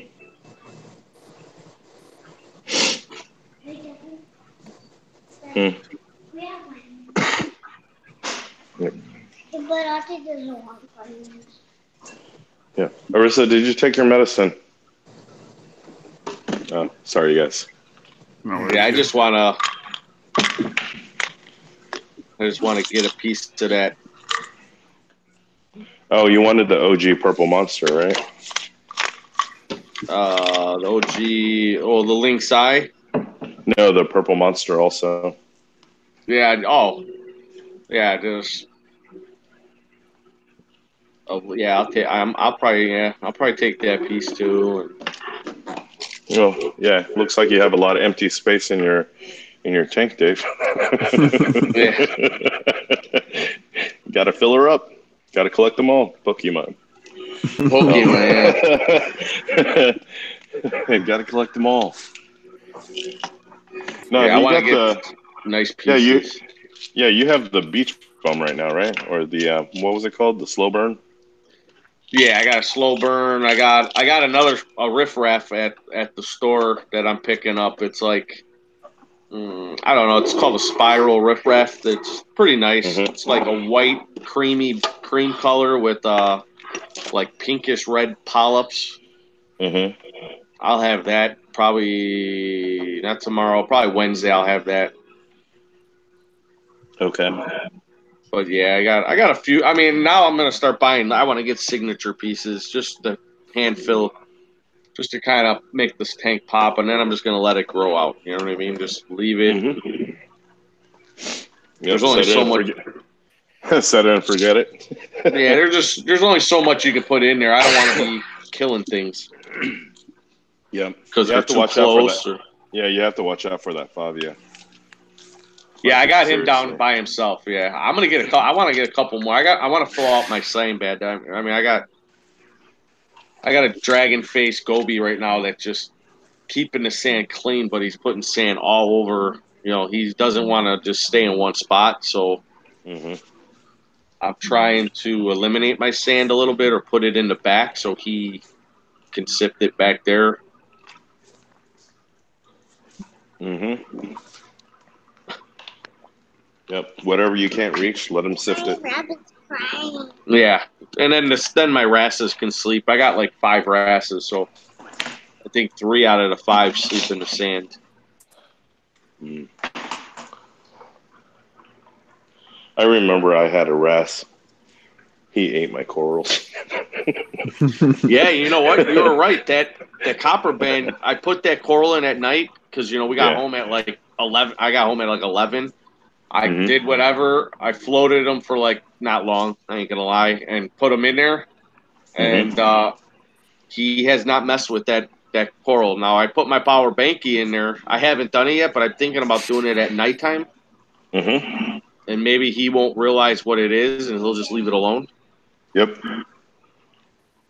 But yeah, he hasn't done anything. He had the same issue with the green chorus wrasse, tearing apart a trichophilia. Yeah. There goes $150 down the drain. My rabbit's Yeah, my crying. red cigar It's doing a lot better now. Mm-hmm. What's that, Alex?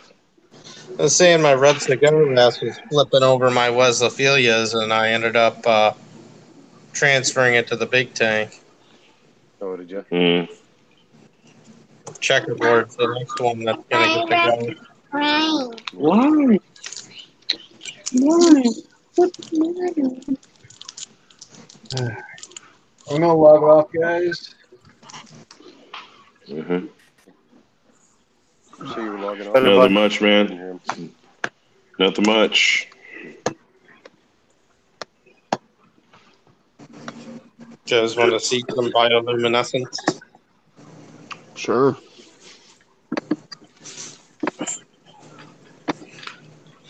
Alright. Camera position.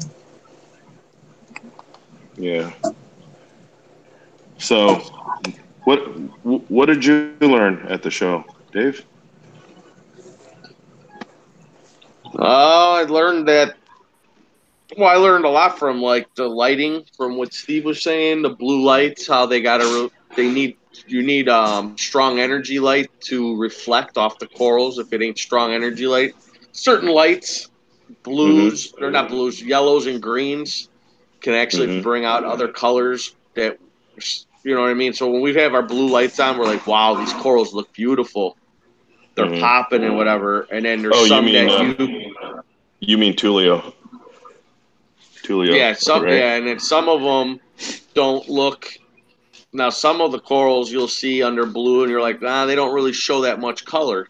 Well, if you get a strong energy of blue, or not blue, I keep saying blue, yellow or green or a red, it might cause that coral to illuminate. You know what I mean? So that was pretty cool. I didn't know that there was like diversity about that. Yeah, fluorescence. Kind of like how you went through big. your speech where you said it's like our tanks are like waste management. water plants, like Yeah. like Yeah, pretty much. starts at the mangrove trees or any type of like cypress or whatever that's on the shores. How it all breaks down and how there's a food chain for everything, and how There's a cycle.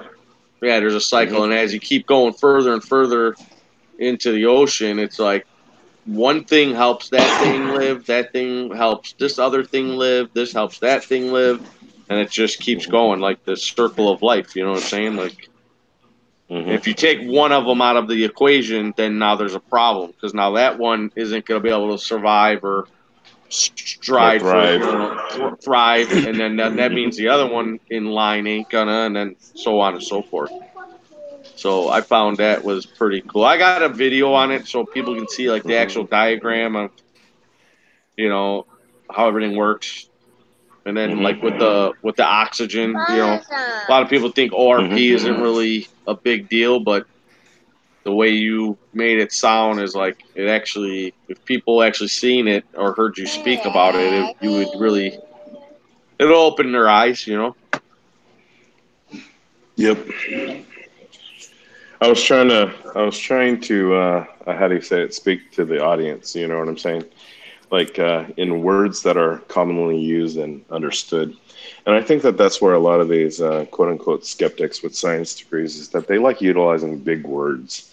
And I'm not that type. I want to be able to connect with my audience and talk and talk at that level. No, it's not crying. Yeah. I think it's just some people are just they're hard headed. I think a lot of people just say, you know what, look at these tanks. These tanks have been running great. You don't have to do that, or you don't have to do this. That's not the point we're trying to make. We're saying that the method that you're trying to put out there is that this could help them. It's not like if you don't do this, like if you don't take Tylenol, your headache ain't gonna go away. No, it will go away, or you know what I mean. That's not a good analogy, but you know what I mean. Like, every little incremental positive helps. There's a reason.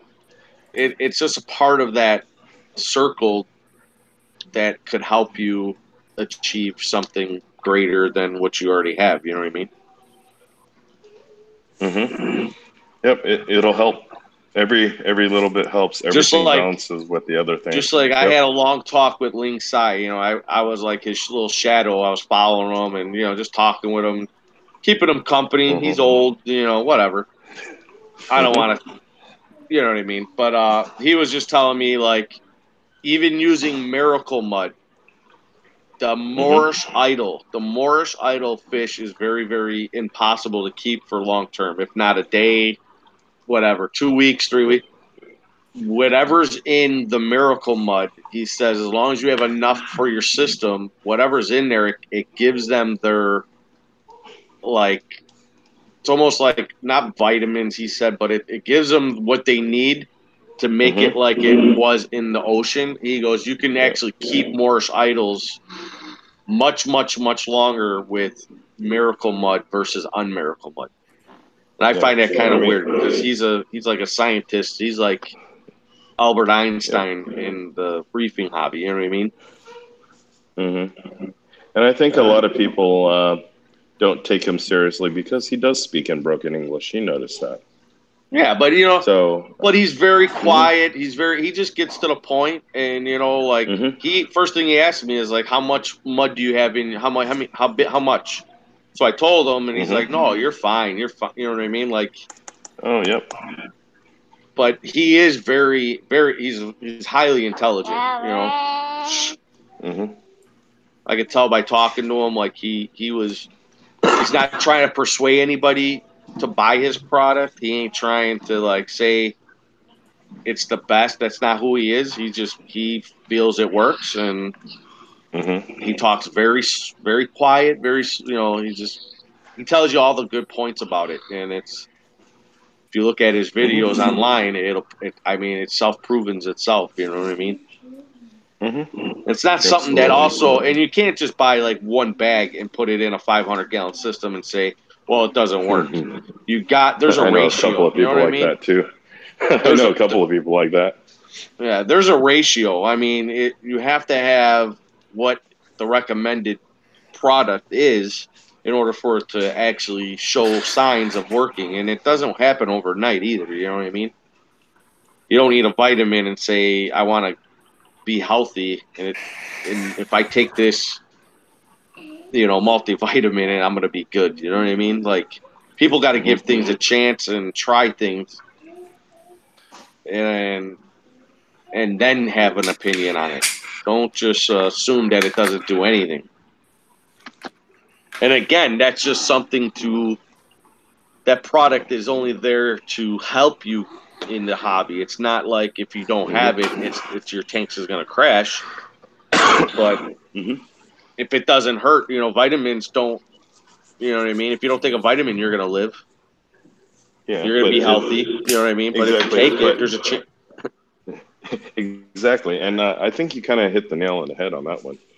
You know what I'm saying, Dave? Yeah. It's not really how do you say it, that you won't survive. It's how much healthier can you be if you did take your vitamins, if you did take the minerals, if you did take this and exactly. that. If you did take the freaking protein powder, and you worked out and you did this. I mean, it all affects the end result. Our goal in this hobby, for the most of us, because we're always on here. I mean, we're all kind of like, we follow each other. We're like a big group.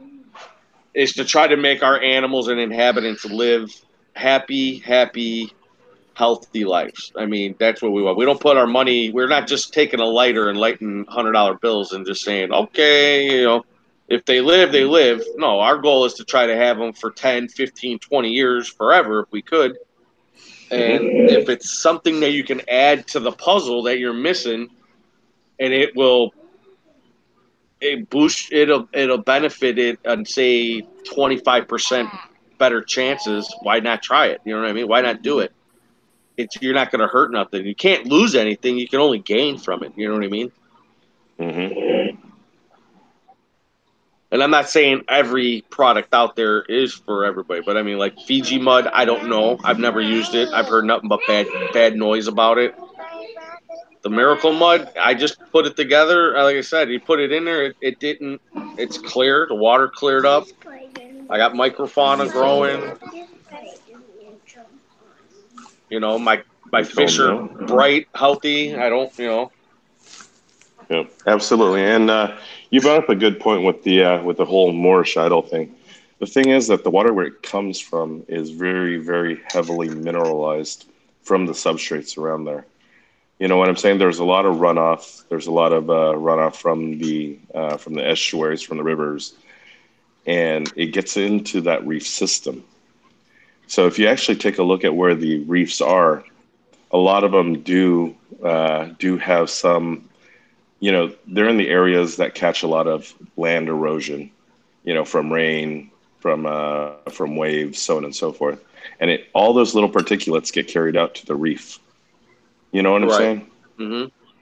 That's something that he brought up to me just out of nowhere. We were sitting at the table at Elegant Coral, and he just was like, I don't know if you know how Ling is. He just came up to me and was like, hey, so Moorish idols, why they don't live very long and this and that. And it's because the mineral content. And, when you use Miracle Mud, they will live a lot better lives with the Miracle Mud versus non-Miracle Mud.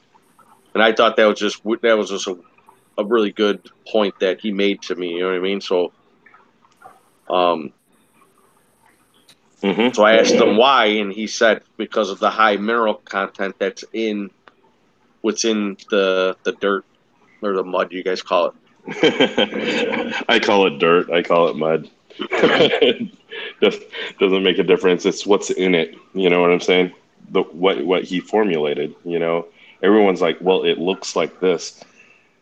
And I understand where they're coming from, because a lot of the times it is the appearance So even if you take a look at a freaking can of caviar without the fancy bottle, without the fancy jar, without the fancy lid, and without the fancy wrapper, would you pay like $300 for a freaking sturgeon roe? Right.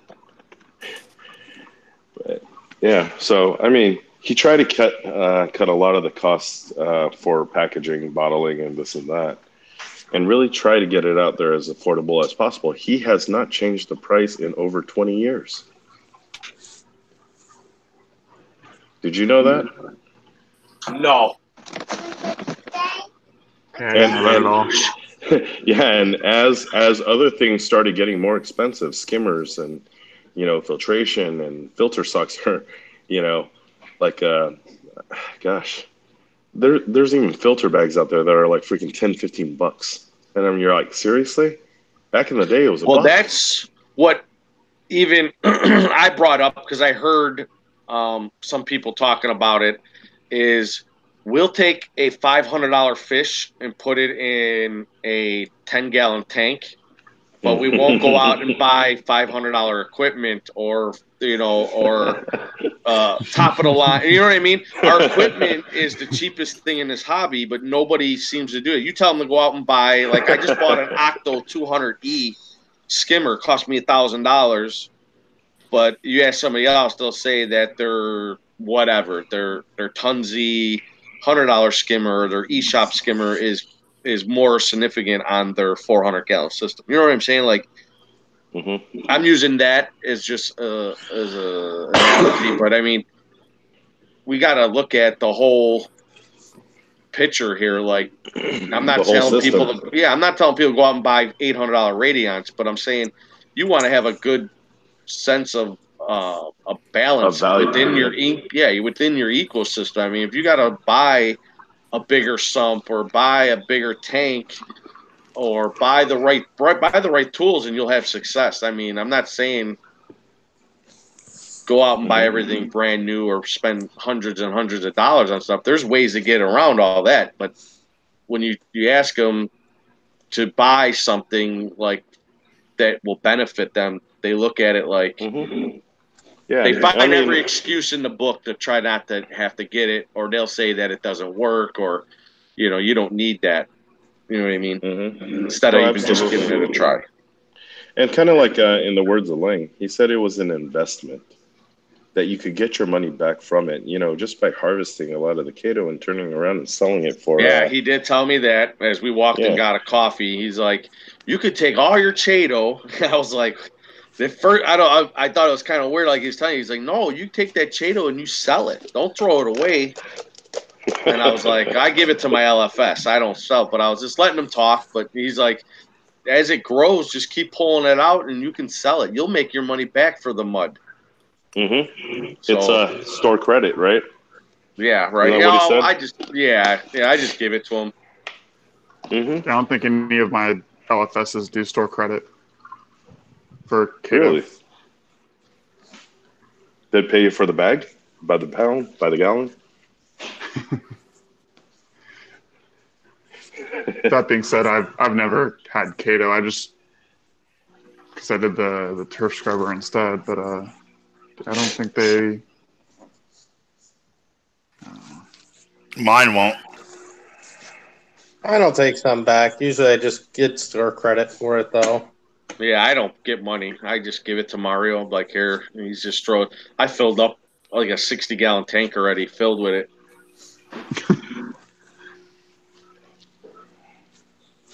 Stuff grows like weeds. That's a good thing. It's a good thing, though. Did you know that you could also feed the Cato to your tanks? I tried, and they just kind of like they grab it, but I think the texture or like Did the way you dry it feels. it out first? No, I should dry it out. They laughed at you. What is this crap? Well, I feed them like a half of a square of Julian Sprung. I got all the potatoes or all the different seaweeds. Every hour or every 3 hours, I'll put a small little square on the clip just to keep my tanks grazing because I have no algae in my tank, and I just kind kind of like what WWC does. Like every hour on the hour, they feed their tanks. And it seems like they're more content. They're fat. They're healthy. They look good.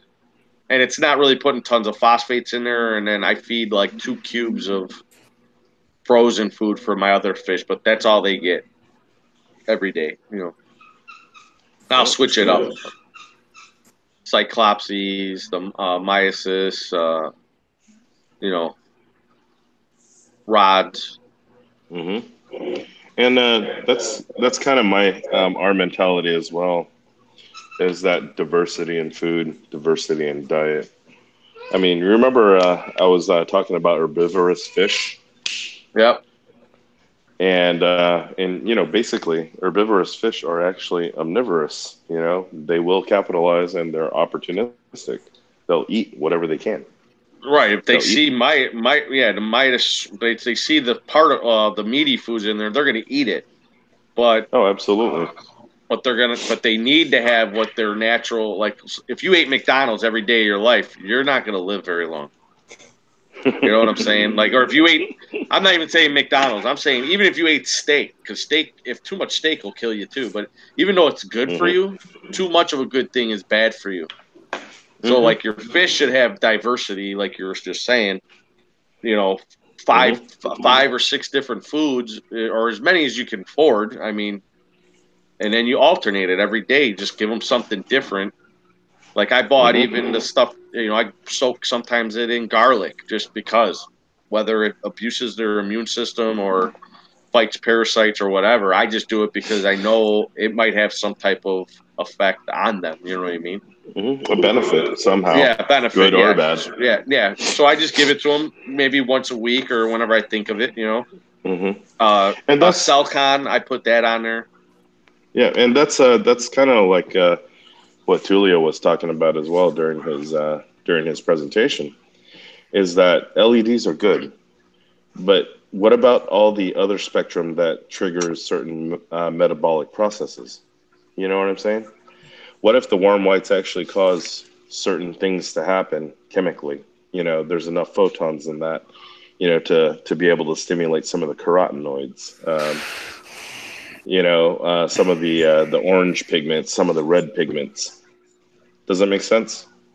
So, I mean, even though we could grow underneath all blue, how much other color are we not developing because that's we're what they only said, utilizing the blue?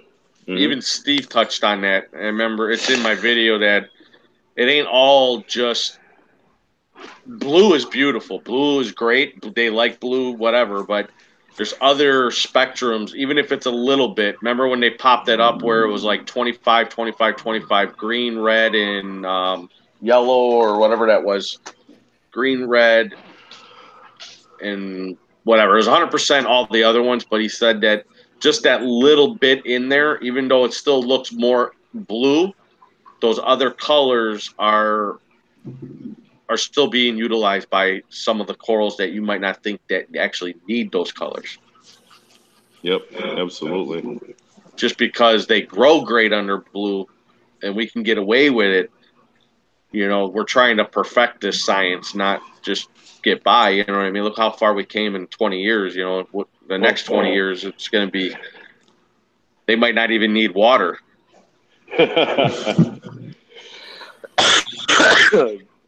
Oh my God, you just made me choke. Air corals. Yeah. It'd be crazy. Oh my God. Yeah, instead of water, we just put a saltwater gel on it.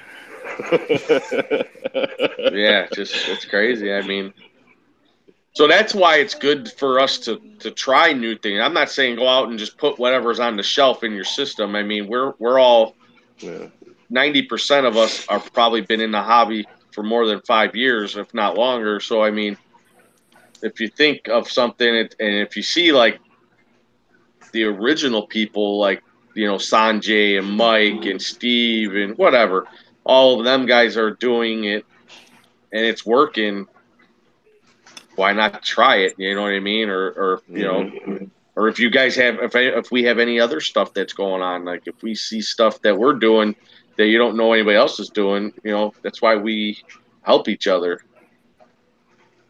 This is Yeah, what I do. I mean, look at absolutely. Alex. He's got lightning bugs in his fish tank. I mean, I don't know. I ain't got no lightning bugs. You know what I I know I'm mean? not the only one. I mean, I tried it. You said you got to have it completely black, and I tried it, and You could have a little bit of light, but you don't want any kind of direct or reflective direct light sources. but just to go say that, look at what you did when you started yours up. I know you got like real live sand, real out of the ocean rock. Like not everybody does that. Not everybody wants to pay the premium price, but those little things, in 10 years from now, your system might be like fucking like, oh my God, watch my flame. But it might be out of this world. And then you'll be like, well, what did you do different? Well, I didn't start off with this type, or I did this, I did that. Those could be a key element or a key thing for in the future that, now we got all this man-made rock, which in my opinion, I don't feel like it is good, but it's something that we're going to have to probably move forward with because, people that are getting into the hobby, we're not going to be able to get live rock anymore. I mean, eventually it's going to be gone. I mean, The one thing about the live rock is there are a few companies out in the Gulf that have permits and can cultivate, and they've had plots out there for 10, 15 plus years. So I don't think it's just going to completely go away. Oh, absolutely not, Alex. But the Yeah. thing is also this: how many Gulf spills have we had with oil? Yeah, well, and I'm sure it's not going to be the last of them. You're absolutely right, my friend. Oh, it was also good seeing you at the show. I appreciate Yeah, it was good you seeing taking you a too. break. Yeah, whatever you're going through right now, I know it's tough. You got prayers Yeah, for me. it was good to get out for a couple hours though, and I got home just in time. My dad was coming over, so he was watching me put corals away. The things we do for coral. Yeah, and then he's like, "What are you doing? Is that super glue or something?" I'm like, "Yep." Our parents don't understand what the heck we do. He kind of gets some of it. Like, he's got a real mechanical background and stuff, skill trade. So that definitely, what he taught me helped me build out what I have. But yeah, I don't know. I just have so much fun with it now. I don't know. I'm really like DM was saying, like the microfauna and stuff. I am a huge believer in microfauna. Oh, absolutely. Phytoplankton, zooplankton, bacterioplankton, all the planktons.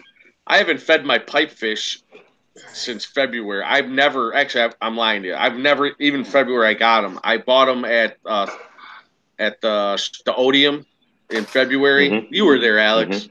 Yeah. I bought pipefish from there. They're still alive, and almost a year later, man. And I got them in my main system. I mean, I have enough copepods and mysopods and whatever pods you want to think of, and potato pods. Yeah, and the way my system's set up, I mean, I have breeding grounds that are just phenomenal. Yeah, that's the same thing with me. And, like I thought it was really interesting to watch in my system how quickly it spread through all the tanks because my 720-gallon tank received no live rock. That was all dry rock. And then the Reef tank only had the live sand added, which I'm sure did bring some microfauna with it. And then the refugium is where all the live rock went. So that, just through all those pods breeding in there, they get sucked through the overflow. They go to the main return. They get spit out. And, Yeah, all the little eggs and babies, they're so little, they're not getting chewed up by the pumps. So then they get screwed in there, and then they're in. I mean, every time I pull out a rock, I got to see the life that just falls off it. All kinds of like little critters. Yeah, lately baby brittle stars have been popping up like crazy. So I've been watching them because I'm like, ooh, hopefully some of these are bioluminescent. Right. my wrasses keep turning to sand with their nose. I got a huge clown wrasse or red chorus, and I got a big checkerboard, which I unsuccessfully caught again tonight. So back to the drawing board tomorrow. He is. I like him. He's good. He's good at what he does. He's a hell of a carpenter, but he needs to. I don't know what I should do with him. Yeah, I'm evicting my checkerboard over to the big tank because I just added a big, like a 24-inch by 6.5-inch by like 3-inch tall sand tray. So all my wrasses that are live in the big tank can go into sand at night because the rest of the tank's bare bottom. Yeah, you got some. I'm glad you. My goal is to make Reef to Reef. I want my fish tank once it's all grown in and nice, and I got everything looking good.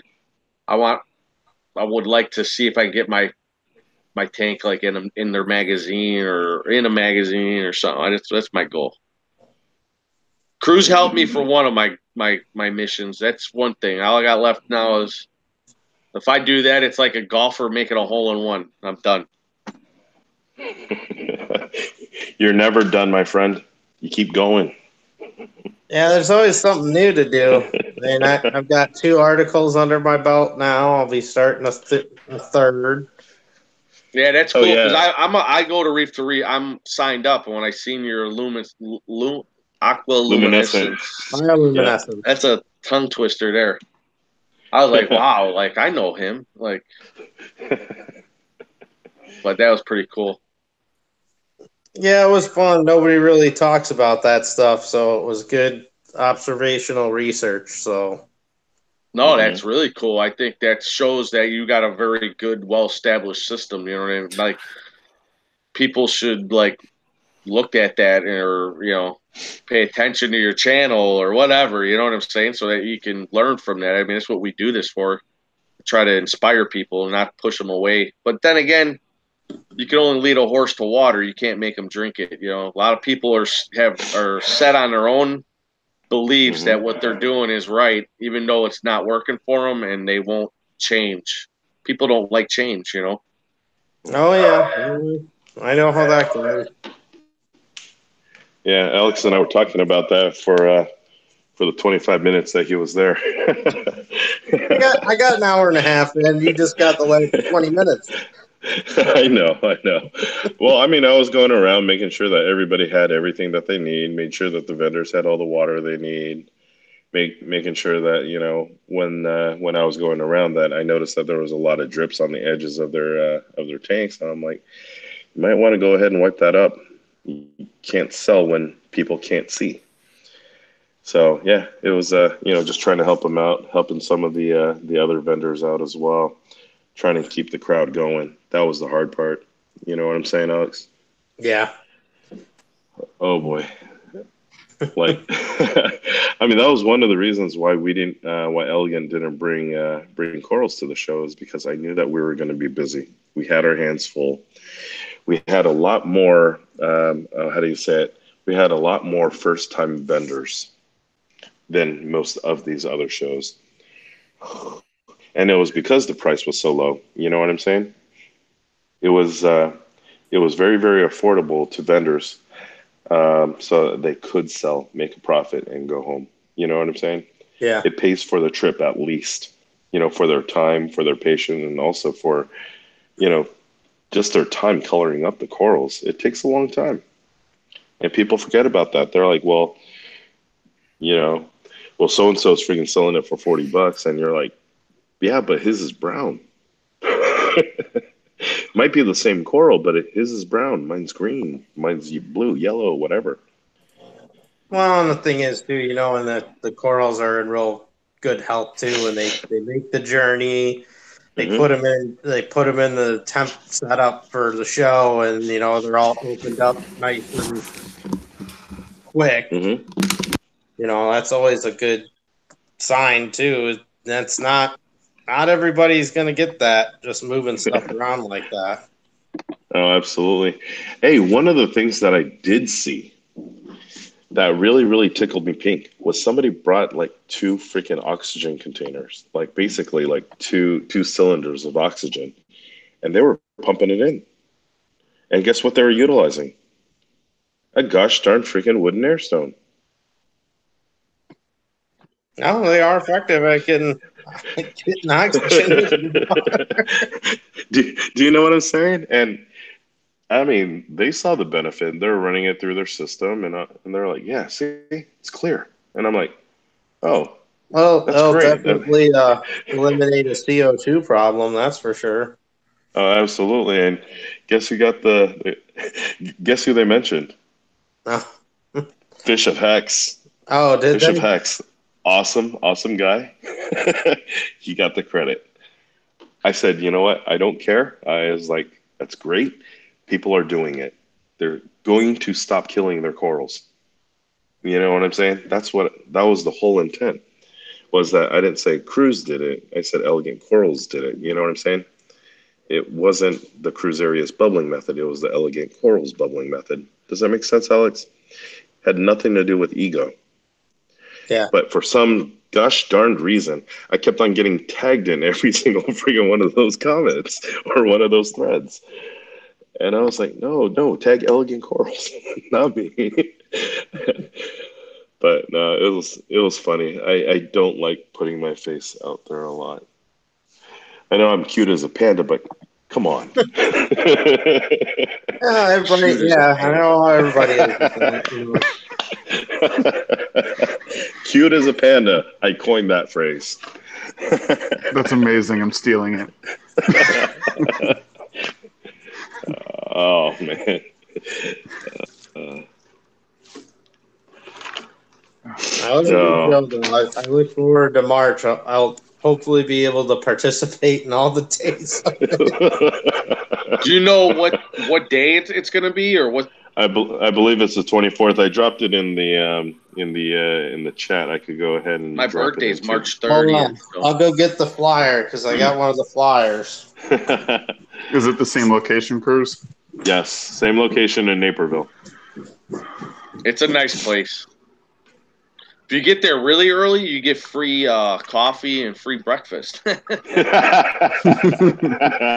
How early is really early? Probably around 6:30. 6:30, yeah, 7. Yeah, we got free dude. We got free breakfast. We just got in line. It was like they didn't know that we weren't like sleeping there. We got a nice at the hotel itself. So you got that continental breakfast. I got a nice omelet, dude. Oh yeah. man. No, they cooked it like right in front of you on the grill.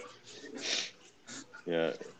It wasn't those prepackaged, defrosted and thawed. No, this guy was legit. Yeah. Yep. And the funny thing was that he was ex-military. Yeah, he was cooking. The way he cooked it, like it was like he was back in the military. Oh heck yeah! What do you want? What do you want? What do you want? What do you want? Dude, he was taking like 6 or 7 orders at a time. It was funny. Yeah, 6 omelets at a time, man. It was awesome. Yeah, he did it really quick too, and it all tasted good. Yeah, it was fresh. Mm-hmm. Mm-hmm. It's a good way to start the day. It was free. Oh, it was.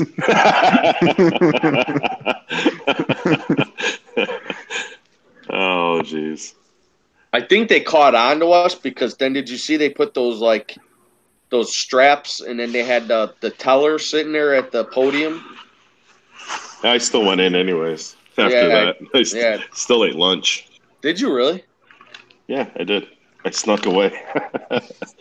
I was like, I need a cup of water. They said, okay. Stood in the lunch line. Really? That's cool.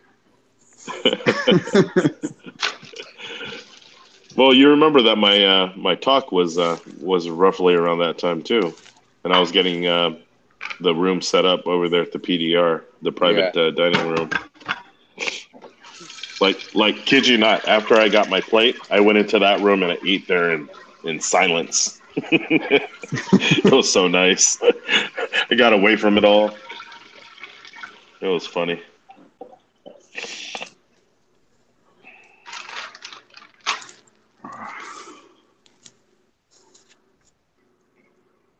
So is anybody else that's listening got any thing they want to try but they don't feel like it'll work or don't want to spend the money to do it or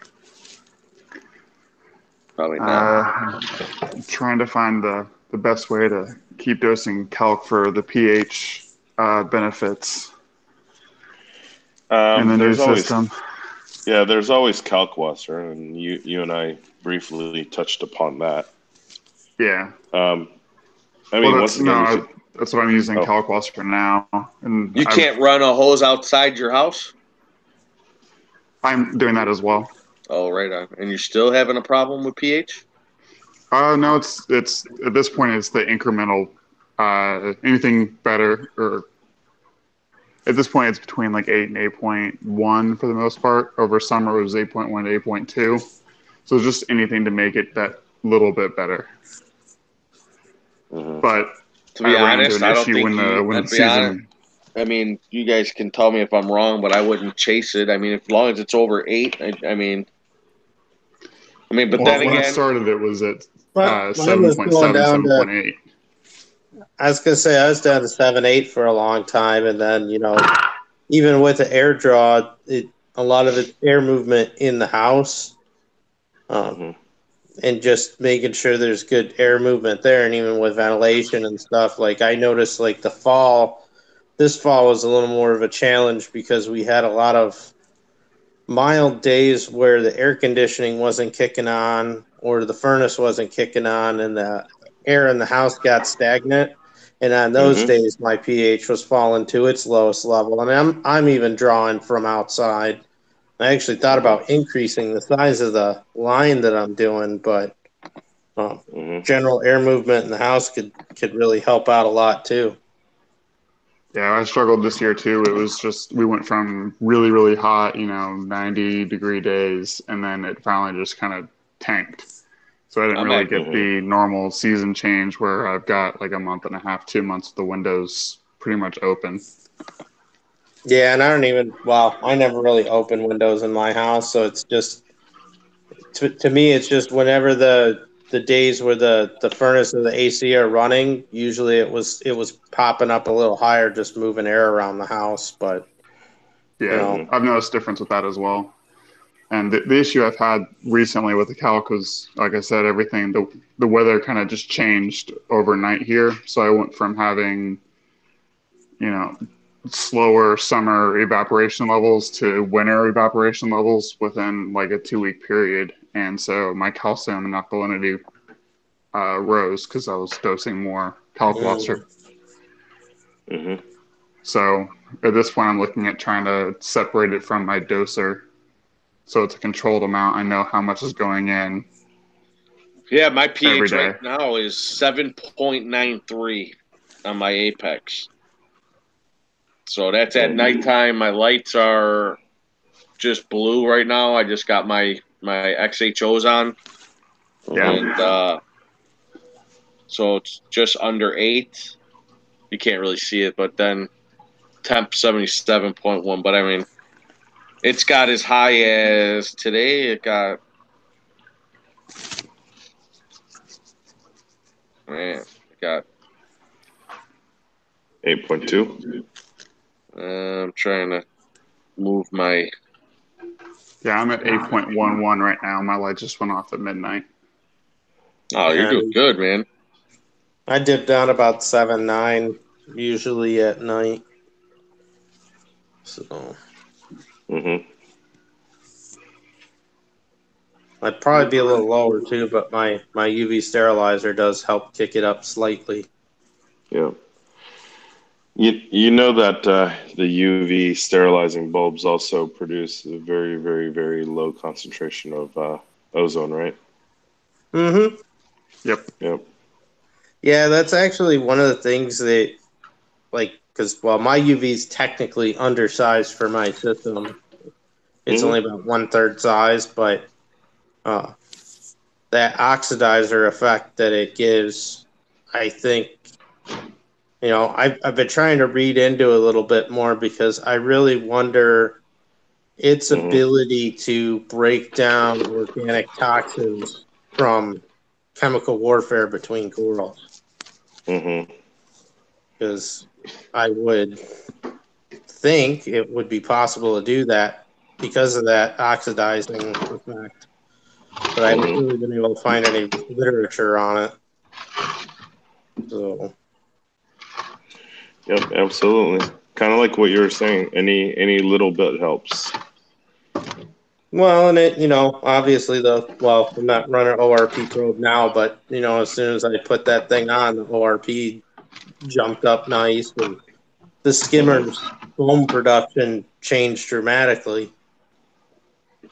Mm-hmm. Oh, you noticed that your skimmate also started changing too. Oh yeah. Well, at the time when I first installed it, I was going through my big algae bloom, so it nuked all the free floating stuff pretty good. And heck, I had to put a I had to put a gallon jug on my skimmer lid, and the foam was coming out the top. And it was that real sticky.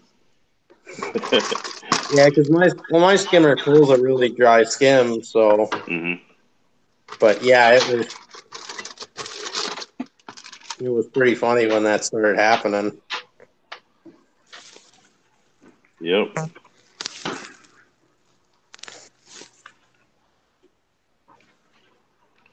Oh boy. Anyways, it is getting late, guys. It is Yeah, I was about to say 11 it's o'clock. time. Yeah, I gotta go to work tomorrow. Unfortunately, for me too. Yeah. But no, it was good chit chatting with you guys. Always a pleasure. Yeah, it was. Well, good night, guys. Yeah, everybody have a good night. All right. Thanks, DM, for hosting. All right. Yep. Thanks, TM. All right, buddy. All right. Bye. All right. All I'll right, have catch a you good guys one, later. guys. All right. You Bye. too. All right. Good night. Bye. Night. Night.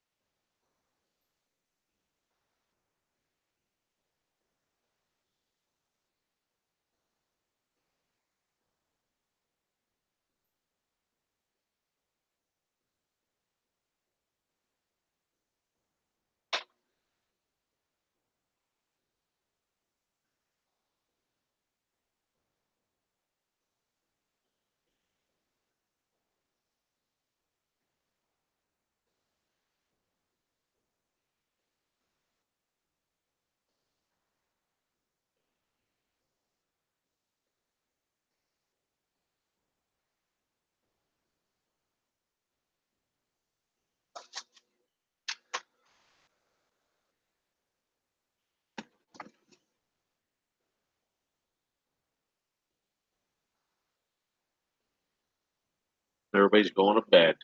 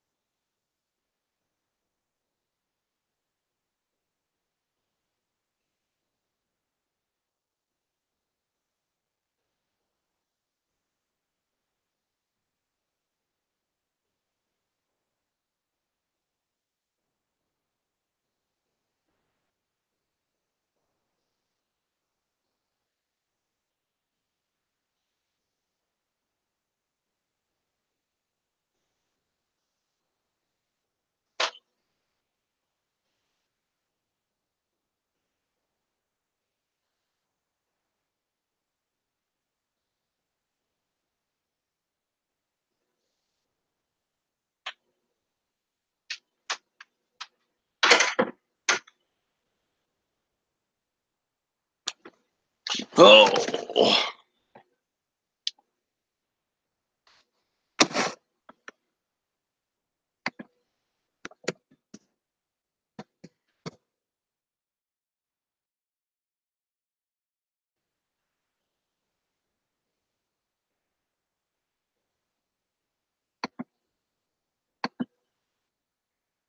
Okay, so there's only two of us.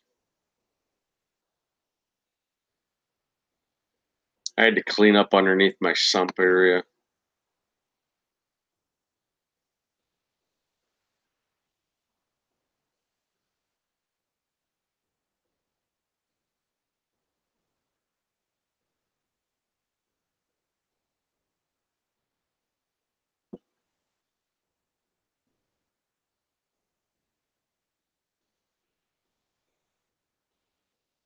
Had to clean up.